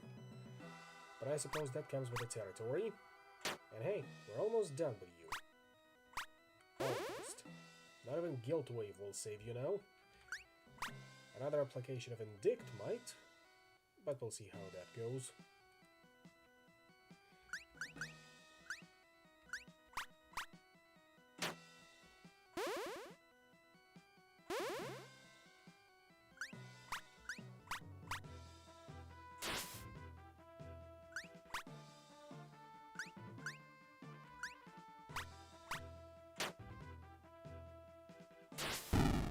There we go. Brute gets Energizer, Scholar gets Heal 2, Gardener gets Rake Armageddon. A stellar breeze, pungent with lilac and iron, dances on the plinth. The Brahirim becomes dust. And then nothing. Tycho looks in danger of doing the same. From one of his pockets he slips a tuning fork. Striking it against the facet of the lucky coffin, its tone wobbled the gem into a kind of jelly. Tycho turns to find his prized sack trying to scooch away. Damn it. Gabriel, help me get here into the thing. He does so, but isn't entirely sure why. The sack wriggles, then slips into the stone. Nobody can know what we did here. They can't know about here. Any of it. I'm not gonna tell anybody. Tycho looks upon him appraisingly. Yes, you will. They may not believe you, but they'll know. They'll tell someone else. Eventually, they'll tell someone who can use that against me. I told you, man, I don't know what else I can do. Tycho fixes his eyes on Gabriel, a wholly unintelligible blend of emotions doing battle on his face. Lucifer? I don't know who that is. Lucifer. That's not my name. Lucifer, be thou known. Gabriel's confusion slips away. His eyes close and another wholly different pair of eyes opens. I rise. Forget. Forget all. Tycho wonders if this is a thing like murder, what he's doing. If not murder itself, can you see murder from there? Forget all? Today. Just today. He'll probably forget it, regret it eventually, but he doesn't care. He's close to the end, at the end of everything, and he doesn't want to be alone for it. The thing that is Gabriel slumps to the ground, without thought or breath. Tycho puts him over his shoulder and goes home. And that was a fairly short game. Or rather, fairly short prequel campaign. With that, we are done with Penny Arcades on the Rain-Slick Precipice of Darkness 3.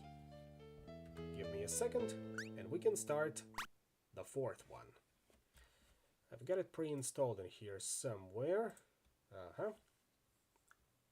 Now, hopefully, it's not gonna have any issues with that.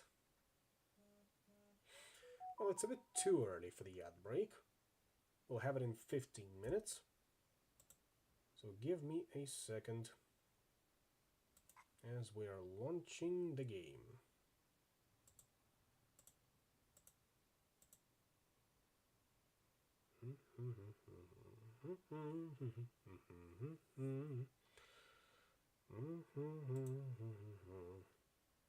Of course, you gotta install Microsoft.NET Framework like you haven't done this already on different games.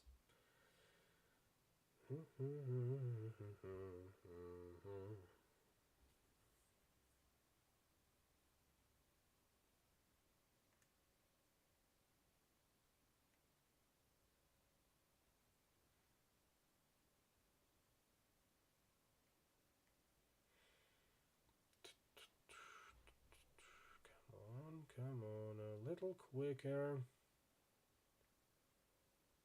I know you'd like to do something else, and yet, just be quick about it.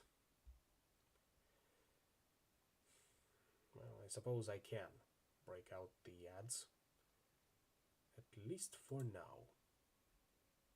I will see you in a bit.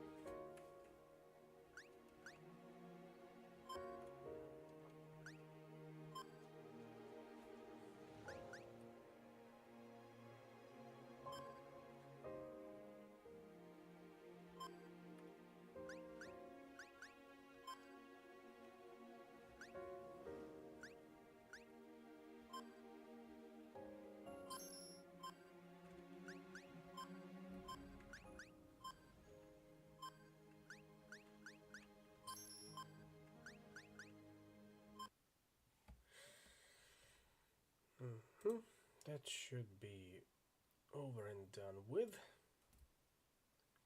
Now let's see if OBS will pull the game up. It should.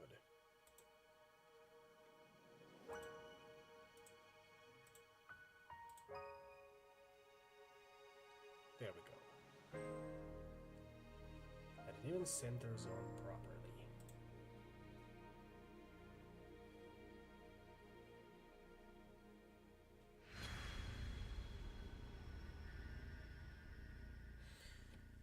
Now, funny you mentioned Shin Megami Tensei during one of the previous streams. You'll see why soon enough.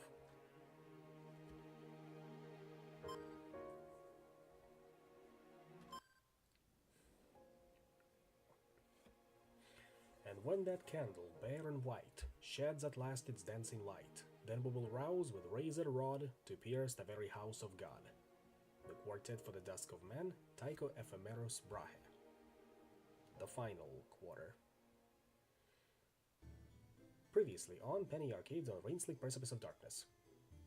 Taiko and Gabe ran a detective agency in the city of New Arcadia. It's gone now. And by it, I mean the detective agency. The city of New Arcadia. Pretty much everything. You see, a man by the name of Dr. Blood, she assembled the pieces of Yog Modei, god of doors. This doomed the world to destruction. It wasn't the best play, all things considered, but Dr. Blood had his reasons. Luckily, Taiko had a plan for the end of the world. He hid his practically perfect niece, Anne Claire, in a pocket of space just outside of existence. So that when the end came, the next universe, whatever shape it chose, would be based on her goodness. And us, of course. But it didn't work. It didn't work because one god remains. The best, most super awesome and handsome and awesome god, who is also a cool guy. Good luck beating him, because he's really strong too. He can lift a... Ah yes, here they are now. So punctual. I do so like that in my protagonists.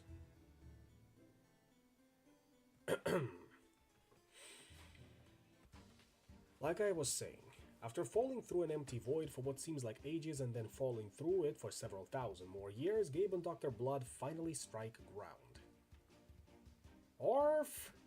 You're a real cat of peaches, you know that, Doc? You're a great person. Sarcasm. You killed Taiko. You destroyed the world. I could punch you in your dumb face for the rest of your stupid lives and you'd still be getting off easy. You didn't even notice my cape. Wait. I did it for... Stop hitting me. I did it for love. You love destroying worlds? That's not a good enough reason. No, Gabriel. I did it for Hestia. My true love. Oh yeah? Does she go to school in Canada? Yes, actually. But now my precious Hestia is locked up here in the Underhell because it's somewhere. It's a long story. Let me offer you the truncated version. When a devil offers you ultimate power in exchange for your true love, just say no. The Necrowombicon assured me, that if I reassembled the 4 paintings of Yog Modei, it would open up a door to the Underhell and I could pluck her from that otherworldly well of torment. It was less forthcoming about the world destroying. Well, that's what you get for reading books. But this is my chance for redemption, Gabriel. I can make amends. I can rescue Hestia and reunite you with your friends. What? You mean Taiko is still alive? Your friend, Taiko Rasmus Brahe? Nay, he's very dead. But dead is preferable here. He's almost certainly somewhere in the Underhell. Now, double dead, that's the one you need to watch out for. Die in the Underhell and that's it. But we never died to begin with. Don't you see? Gabriel places a finger to his lips, his face twisted in intense cognition. Suddenly his finger drops. His face brightens. No. We are outside the rules of this place. We came in through the figurative back door, if you will. We can fall in battle, dust ourselves off, and try again. We are equipped for daring do on a profound scale. So what say ye? Let's join forces and seize our destiny by the conveniently placed seizing handles. Gabriel's brow, already pronounced, becomes a kind of bluff. Is any of what you just said true? It is. And I can punch you forever and you won't die. A pause. Yes, Gabriel. And you'd be right to do so. You keep that in mind. The two idiots form an ill-starred party to pass the short time that remains until their final death. I think it's no surprise as to who the final boss of the game is going to be.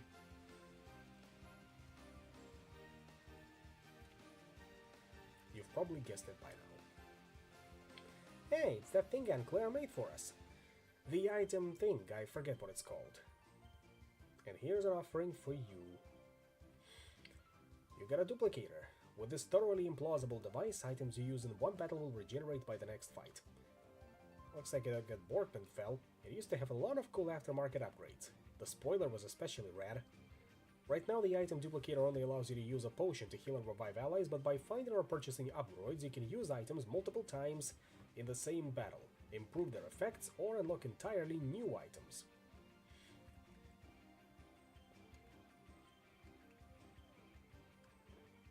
Oh man, finally! Hang on, I'm gonna go beat up that whatever it is.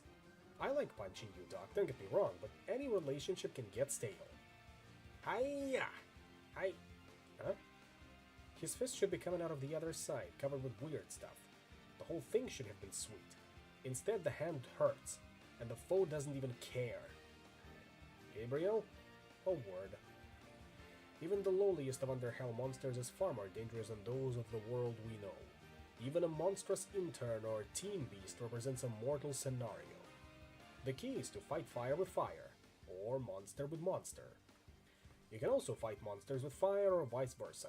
The possibilities are endless, but this is the key. Holding his palm toward Gabriel, he turns it upward quickly. A ball like a dark pearl has found its way into his grip. Lazy gray worms are swimming through it, having fun. Simply raise the Monstorb onto the sky, thusly, and cry aloud. I don't have a Monstorb. No? Oh man, you have to get one. Anyway, Leviathan! Soul too dark for the abyss, aborted son of hell, 666 wounds, aid me! With an understated plop and a sour twoodle from an unseen horn, Leviathan appears. Do you remember how to fight? Of course I know how to fight. Pfft, don't be stupid, dummy. You are the one who's dumb. Many but not all of your abilities in battle require MP to use. Your characters will each gain MP, 1 MP every turn. MP isn't carried over from one fight to the next, so don't be afraid to use it. Enemies don't need MP to use their abilities, but don't underestimate them. Enemies get more powerful with each passing turn, so defeat them before it's too late. And that reminds me that I'm gonna need to change the game that we are currently playing. Let's see here. Yep, there it is. Penny Arcades and Rain Slick Precipice of Darkness 4.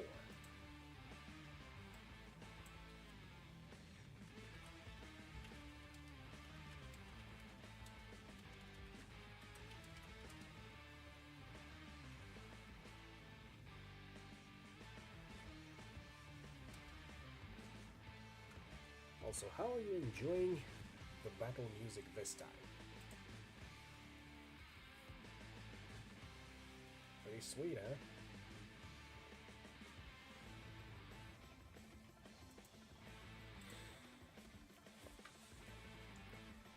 So, Marrow Man. Analyze. Possible conversation starter. Hey, I like your bones. 5-element weakness. Weaknesses. Let's try 666. Tickle. Weak dark attack. Dark Scholar. Capomancy. Boost soul stats on self. Oh, let's start with Tickle. Bone Rot. Poisoned.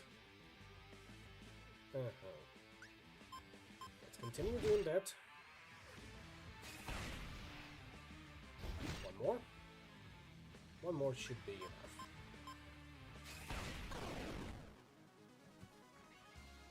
1 XP and $1. Well, that's insulting, but I guess Marrow Man is that weak.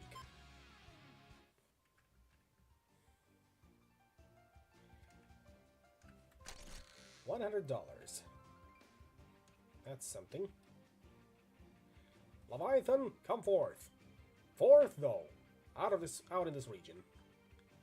Dr. Blood gives the Monstorm a little shake. You are bad at everything. Give it. Gabe peels the Monstorm from Dr. Blood, rolling it out. The moment it touches his skin, it stops wanting to be an orb for some reason. Now it wants to be a glove. He doesn't explain why. Plus, it didn't give itself a mouth, so it can't. My turn! Monster time! Come out, you monsters that don't have all day!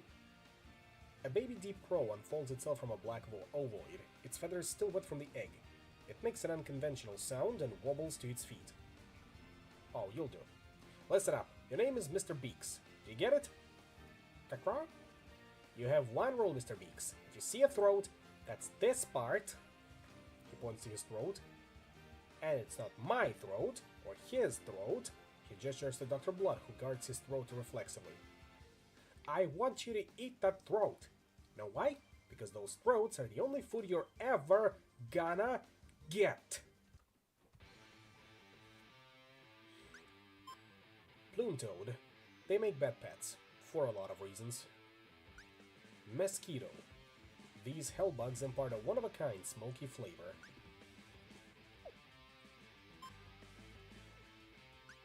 Let's start by defending.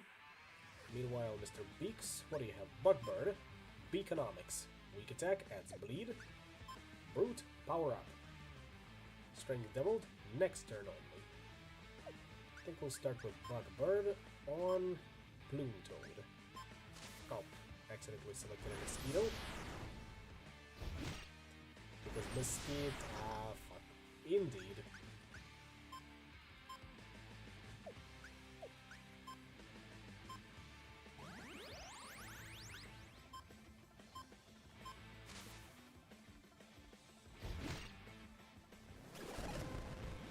First, they heal themselves up with that one. I won't allow it.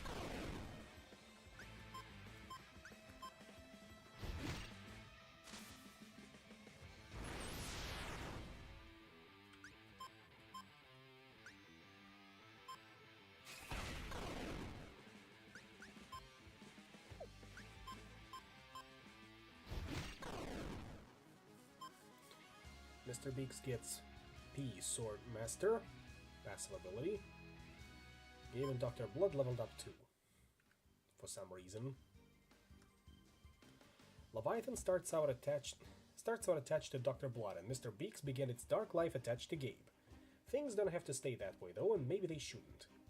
By going to the Equip section of the main menu, you can change the trainer for your monsters. Depending on which trainer you choose for each monster, your savage allies will gain access to trainer-exclusive skills.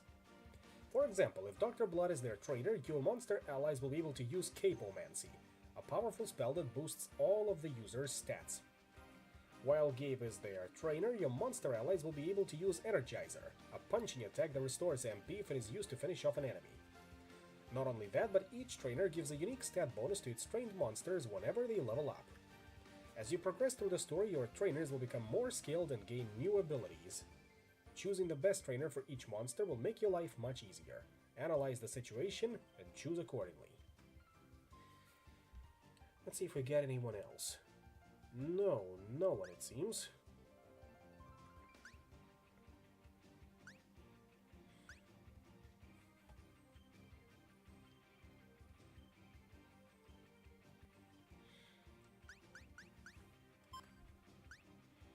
Now if we were to...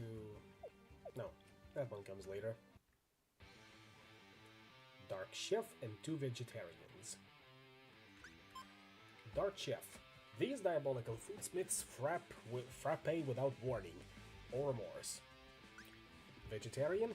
In this case, he'll make an exception.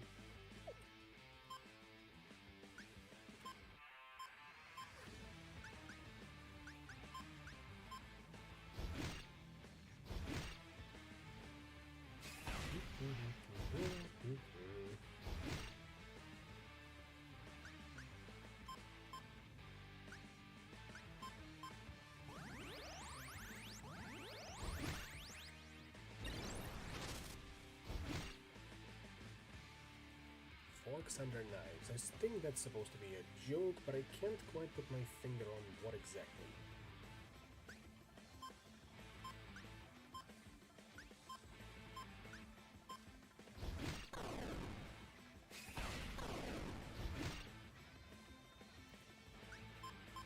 Mhm.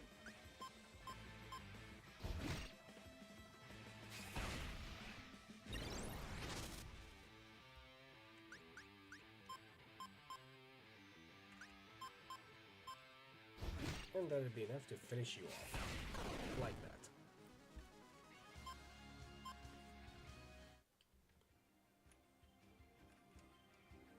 Anything else in here? There's another monster and another one guarding a chest over here. Who do we have?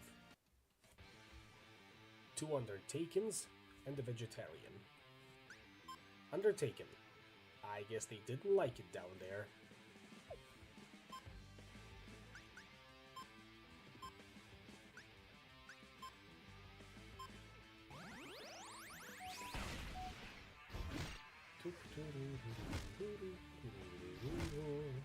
Yeah, they're hitting pretty hard.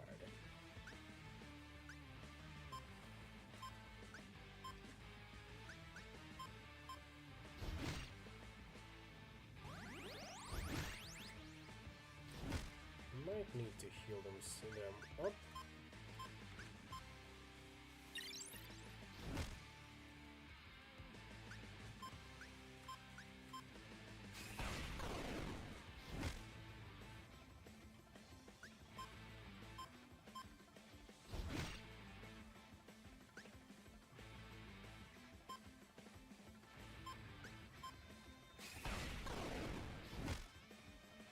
Ooh.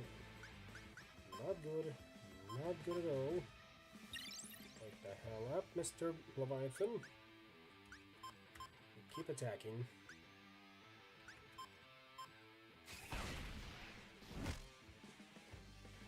Especially with that grave insult of his.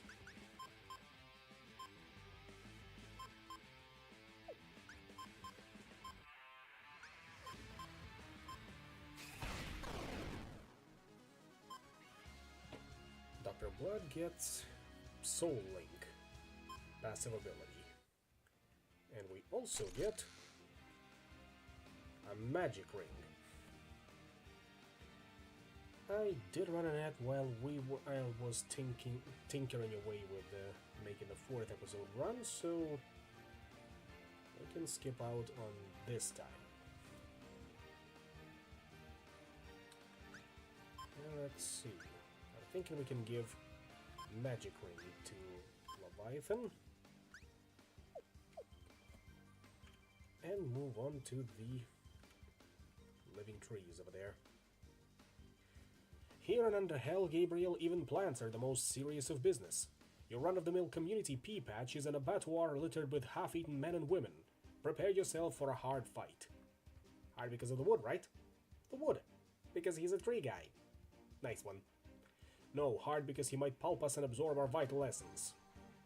Gabriel is unconvinced. That tree has set down roots in a power distortion mesh that's pumped it with godlike power. It should do the same for our beasts. Some battles have special conditions that may help or hinder your chances of success. That stuff isn't just there for the funsies. Take it into account. For example, in this battle, all of your monster allies have been temporarily boosted to level 30 and have lots of cool new abilities. Have fun! Sentry. Sometimes a bunch of them get together and just guard each other.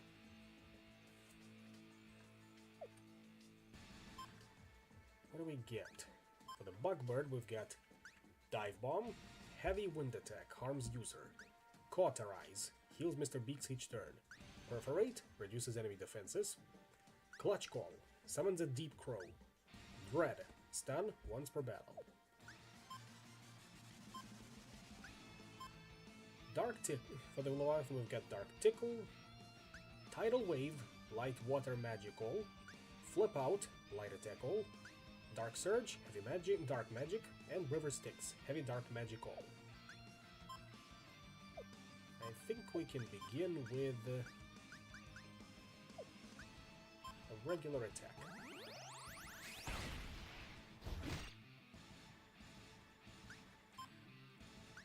Next, I'm thinking Clutch Call, Capomancy,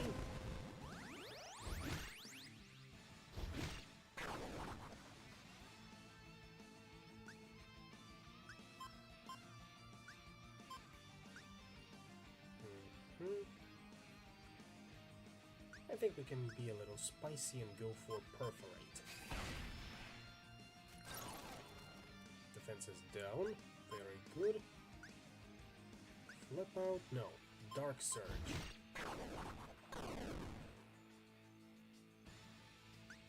And what was it? No, not Dread. I'm thinking... Rough trying out Dive Bomb. Never mind. We're good here.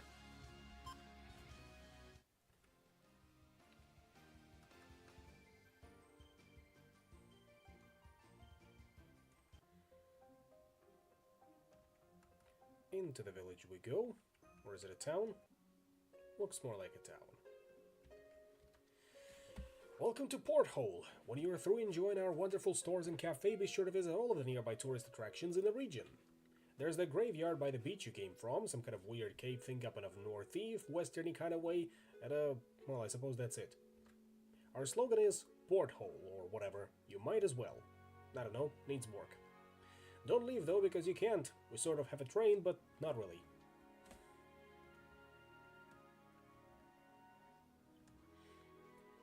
How very rustic, I suppose. And taking a sip now.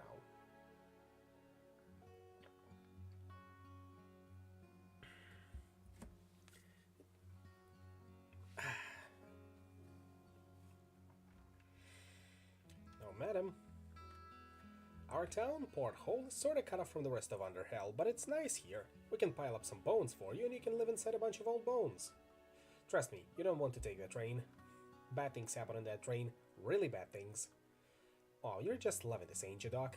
That kind of haunted crap is right in your, crap hole, I guess. I mean, that's where I'd keep it. Still, I don't think we're gonna take you up on that offer. But we'll take this chest and see what we got. Potion quantity upgrade. Very well. Potions heal you. They can also bring people back from the dead. But only if the death doesn't happen in a cutscene. Haha, thank you, Final Fantasy.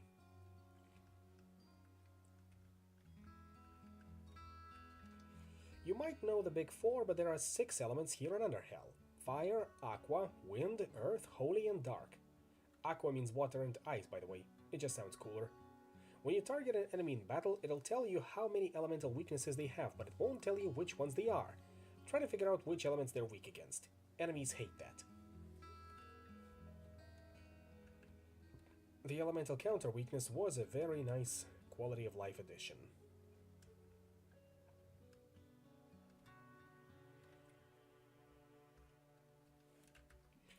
Just north and west of our town, there is a cave nobody ever comes back from. It's probably such a great cave that nobody ever wants to leave. My magical cave policy is to always say yes to magical caves. My love Hestia pines, fragile in body and in spirit, and you want to loiter in caves and do cave-oriented things? I'm sorry, there's a policy, you know? Just like, come to terms with that. And Gabe's word is the law, because he will keep punching you, blood. You do remember that, right? Of course you do.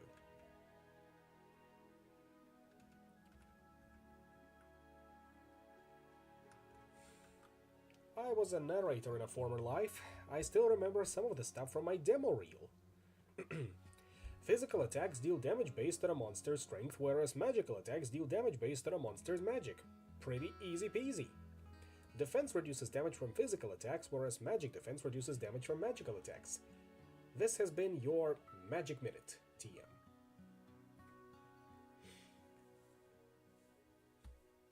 Not yet strange in the plane of hell. After all, it's under hell. Oh, and those 3 are back. For having been squeezed between dimensions, the Death Dealer's shop is in fairly good shape. As Gabriel approaches, Kiko Villasenor adjusts a sign which says 5 minutes only. Sometimes, you know, I get the pull into a space hole. It's not first time. The pause after the statement goes on a little long for Gabe's taste. So, do you still sell stuff? Kiko directs Gabe's attention to the sign. What do we got here? Celeritas. Sword. If you want to cut something, swords are a great choice. Abduco. An inscription reads, Cass uses swords for less. Sanctifico. Touching the hilt, you realize it's been a while since you sanctified anything. War Pestle. Axe. If this whole thing turns into a cooking competition for some reason, you'll be ready. Bearded Axe. It's coming in real nice. Mail Order Axe. This axe apparently features something called microserrations. Get it?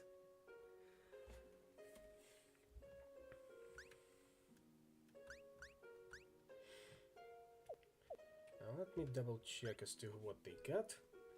Mr. Beaks got the sword and the Leviathan has the axe.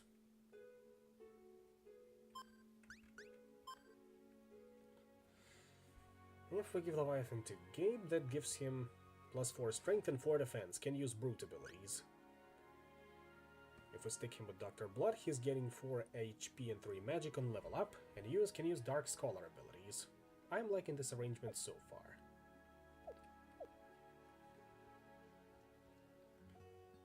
So, Bearded Axe and Abduco. And time to sell the older stuff.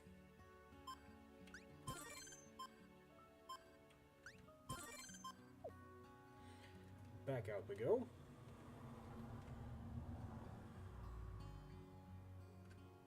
And you are... This statue is meant to commemorate Huge Eagle Person Day. Oh sure, we're in under hell now, but I ain't staying any longer than I have to. See that massive glowing thing way up there? You mean the sky? Are we talking about the sky? Exactly! Except it's actually a place called Overhell. People say it's marvelous paradise of joy/peace, completely unlike Underhell, which sucks. I hear there are these, like, massive pillars that you can climb up. Haven't heard of anyone actually making it there, though. If you get there somehow, I'm not saying you will, but could you throw down some scones or whatever? If there are scones, then sure. We can do that.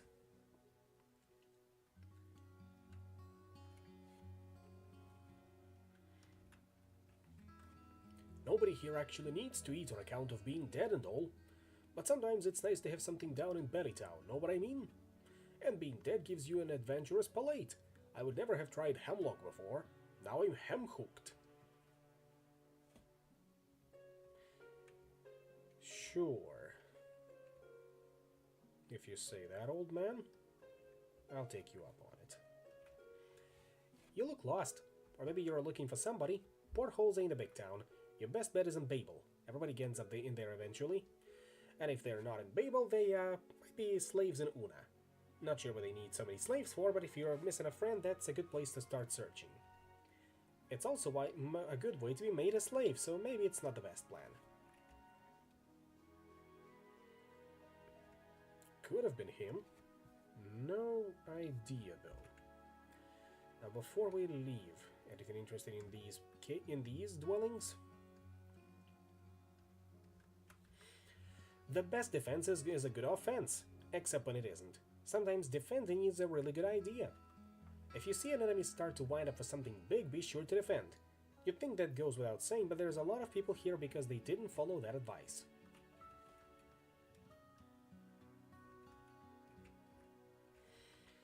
I'd love to see Babel before I die again, but the only way there is by train.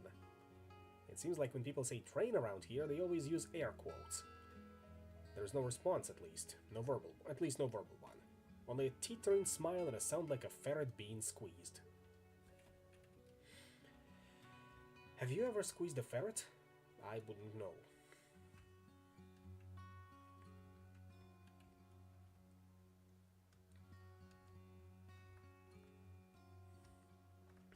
Nothing interesting up here, just a couple of red trees.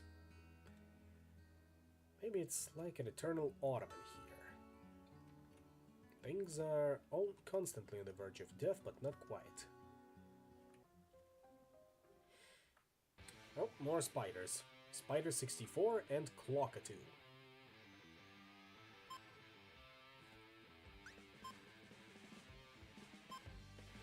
I think we can agree that this is way, way too many legs. Clockatoo, wind up birds who dine exclusively on bombs.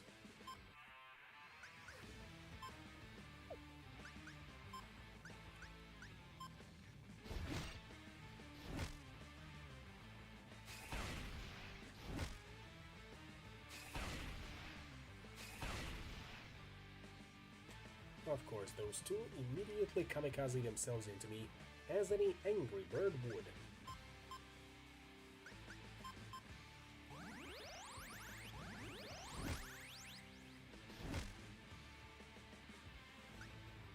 And now, you will die.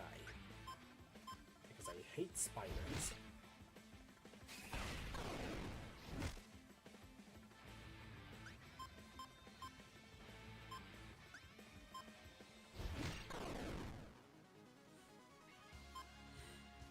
Gabe gets Bolster as a passive ability.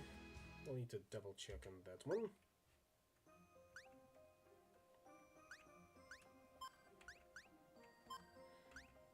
Boost strength 50% on turn 1.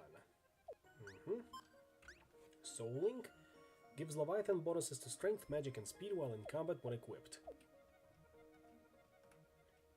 There's the train.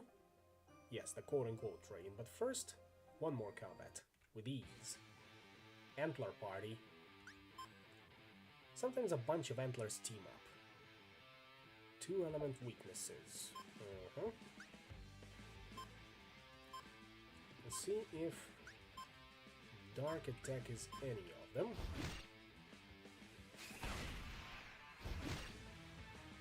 Don't seem to be particularly susceptible to dark magic, so I suppose we just keep piling on damage.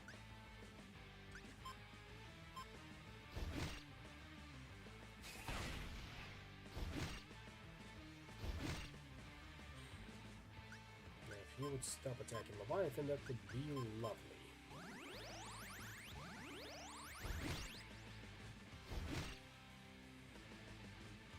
Otherwise, I'm gonna go get angry with you. They won't like that, not one bit.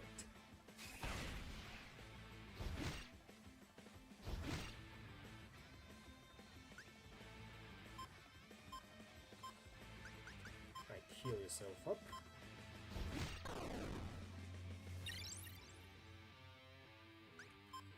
And time to finish you off.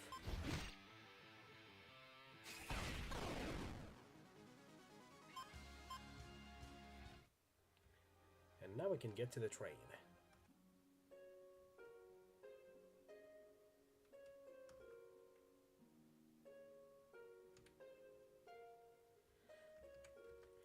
Welcome to the first inn designed exclusively for trees. We specialize in those things that trees wanted, a home away from home. My word, is this a sustainable home model? Business is not great. Well, that sucks. Good luck for you there, though. Or any of your future endeavors once this one goes through. I will take, however, take this. 150 bucks. Very nice.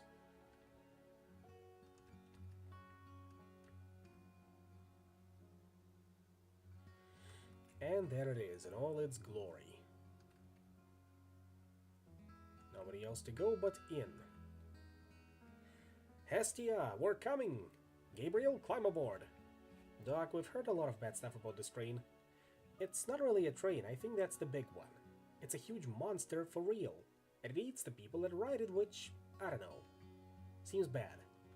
We also don't know where it goes. That's the type of info I like to have when I crawl way up inside some monster train's backyard. Such mundane matters as destinations are beneath us. My mystical intuition tells me this train will lead us to fair Hestia, and my intuition has never erred. Didn't your awesome mystical intuition tell you to destroy the world? Yes, but was the world really that great? Be honest. I mean, he's got a point. Both of them do have a point.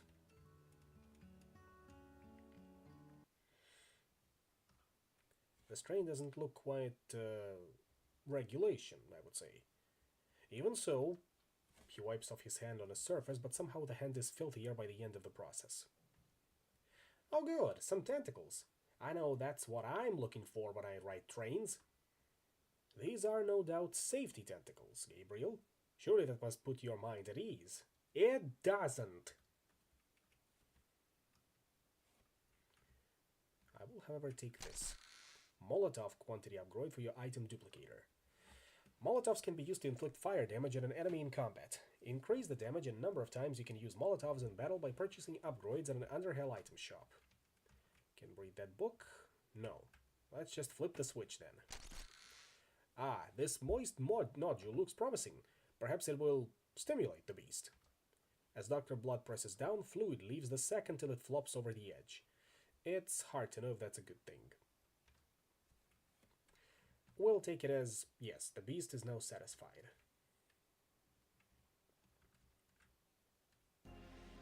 Hey Doc, good job there squeezing the train's train gland or whatever. Hestia, we come, and we bring with us the welcome. What? No, why are you talking? What I want more than anything is the warmth of a journey shared. Okay, cool, sounds good. Noble and capacitous train beast, we are engaged in an urgent and deeply romantic rescue. If you could convey to us the next stop post-haste, you would have our thanks. I don't know if there is a special train in your life right now, perhaps a lady train, but I'm certain that you can understand the depth and emotional texture of this scenario. My first guest in 300 years and you are looking for a no-strings pick-up and drop-off? Oh, no. What kind of train do you think I am? I am the most elegant of all forms of transportation. The trip itself must age like a fine wine to be gently savored over millennia. Wait, what? At least. Anything else would be barbarism. Ridiculous. Train, I demand that you do as your kind was meant to and take us to our destination immediately. This happens sometimes with the passengers. Come to think of it, this happens every time with passengers. They forget which one of us is the train. Here's what is actually going to happen. I'm going to take you all around Underhell while presenting you with the utmost in onboard entertainment, and you're going to sit there and absorb it like good and grateful trip absorption receptacles. Understand? Good. Now pull up a tumor, tug on one of my flavor teats, and let's take in the harrowing sides of the devil's ribcage together. I don't think I want to do any of that stuff, except maybe the thing with his teeth. Here's what's up, DB. If this train is alive, then maybe, just maybe, that means it has a face. Meanwhile, the first thing you'd notice about this place was the lava. If you were a lava fan, this would be the kind of place where you'd hang out. Moira finally comes around, her hangover both literally and figuratively apocalyptic. Detective by profession, her ex-wife of Tycho Brahe by horrible mistake, the wife part, not the ex part. She scrabbles to her feet. Jim, for his part, is sporting a new look for spring, or at any rate the Underhell equivalent. Previously a skull in a jar, he now appears to be a skull and a few other choice bits suspended inside a man made of lime gelatin. Where am I? Is this hell? In a manner of speaking, yes. In another manner of speaking, no. This is Underhell. Is that worse than regular hell? It depends on when you go. Wait, is everyone dead? In a manner of speaking, yes. In another manner of speaking, no. There is a pause. And then, I think I liked you better before you started talking. Have you any knowledge of Underhell? No? I just know Tycho was excited about it for some reason. Then my newfound ability to communicate should be considered a blessing, and not a curse. As a necromancer, I am of course well versed in Underhell lore. Wait, where's Gabe? And Tycho, did he... I saw... Yes, Tycho was ripped apart in the process of restoring Yogmo Day, who is god of doors. This occurred incontrovertibly. That is why we're here. Moira needs some help with that one. She waits for him to add it up.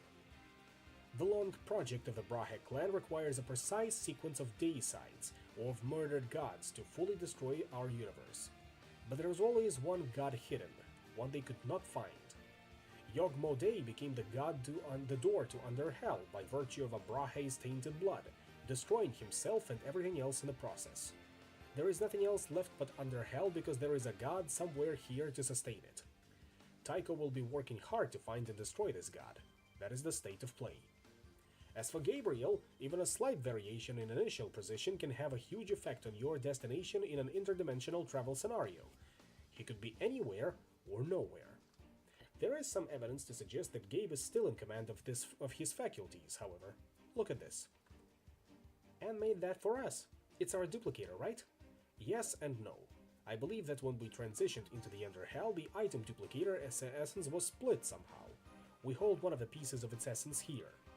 And Gabe holds the other piece? Precisely. I believe that the two pieces of the whole are resonating from each other, a sure sign that the other one is being used. Plus, when I hold it, I smell his armpits. If the device were not so tremendously useful... Thanks to the good fortune of having a split essence item duplicator, all item upgrades, money, equipment, and accessories will be shared between Moira's group and Gabe's group. We have to find everybody else, Gabe and Tycho both. The Underhell is a gruesome and inhospitable place, but there are still patches of civilization it has not managed to grind down. We should search for such a place. We may hear tell of what has befallen our companions. Of course, it won't be easy. Treachery is the very oxygen of Underhell. We may be forced to fight. I get this one. Little Fang springs up, its eager hammer clanked by Moira's even more eager thumb. Yep, as always. Not so fast. Combat in the Underhell is different than it might be in the physical world. Might have been, I should say. The essence of Underhell natives is inherently different than that of beings that originated in our world in a way which does not work entirely to our advantage. How so? I'll spare you the mystical details. Suffice it to say we are like pink baby sloths and our foes are functionally immortal. If this is a pep talk, you are really bad at giving those. I prefer prep to pep. Behold, I can extrude a monster at will. Now, is that something I'm going to be able to extrude, or... The process is eldritch in nature and incredibly complex, but it helps if your body is fashioned from amorphous endoplasm. The Monstorb can seize any number of Underhell monster denizens and can leverage their mandibles or whatever kind of mouth things they have. Here, permit me to demonstrate. Philosophly, to me I call, jump out my little monster ball. Unlike the item duplicator, each Monstorb is unique and holds its own collection of monsters. There is no sharing between groups. For now.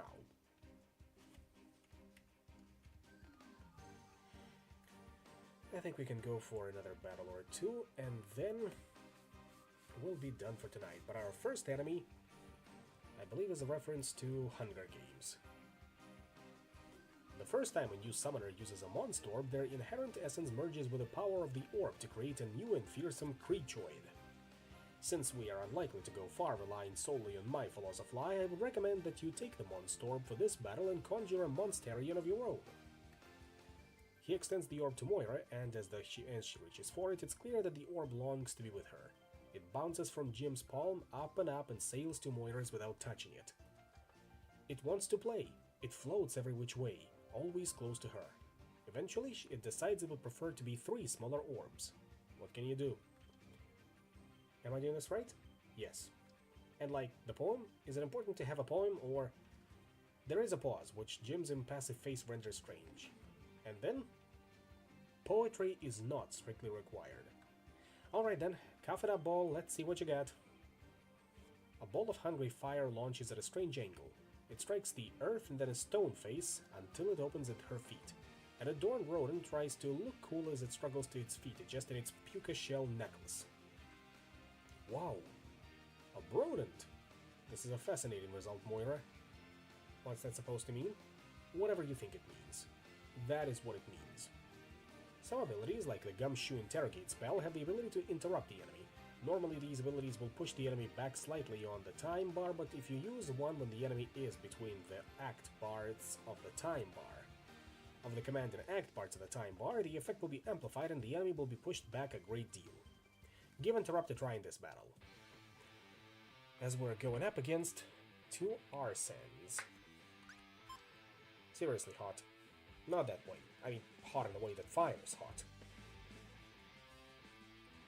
2 element weaknesses. Philosophy, what do you got? Evoke, Dance Crazy, Medium Wind Magic. And for Necromancer abilities, Revive, Heals and revives ally.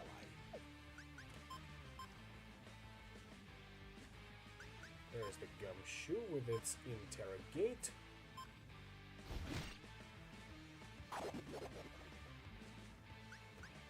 And for Chillax, Sunburn, light fire attack. Something tells me that it's not going to be effective against them.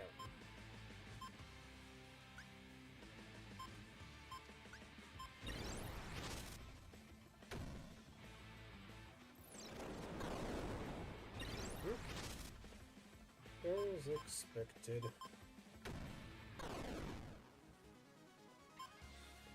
Velocifly gets Staff Master.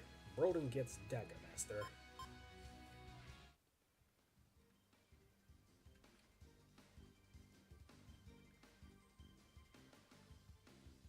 Is this one of those patches of civilization you were talking about?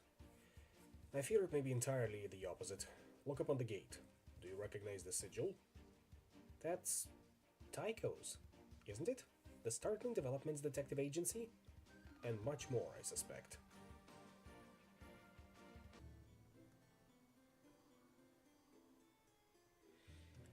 Tycho?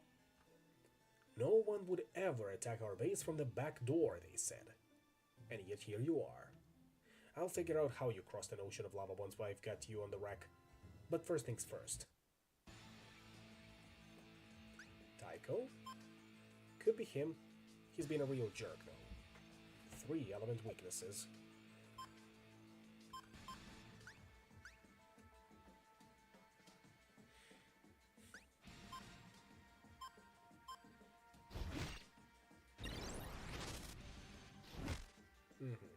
Wind attack is effective against him. How about... No, that was fire attack. What about wind? Not as effective.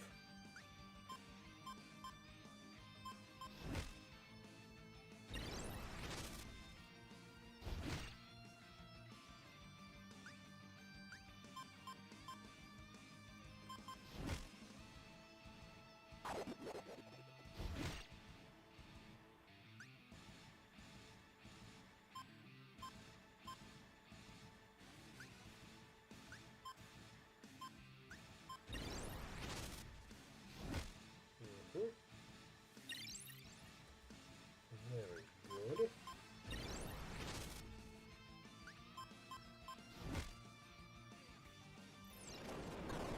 And down it goes.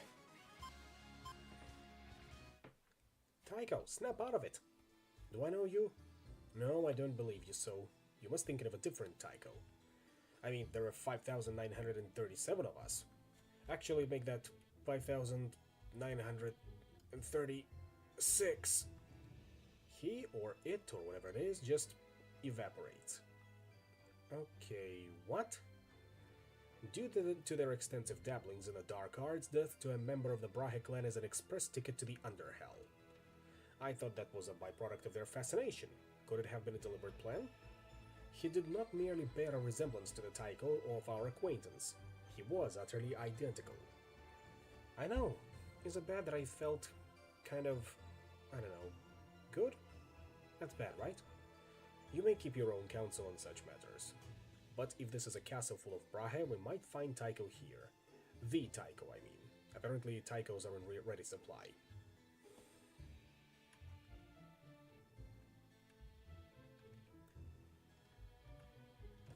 But once again, as I mentioned, this is where we'll need to head off for the night because it's getting late and everyone at house is asleep.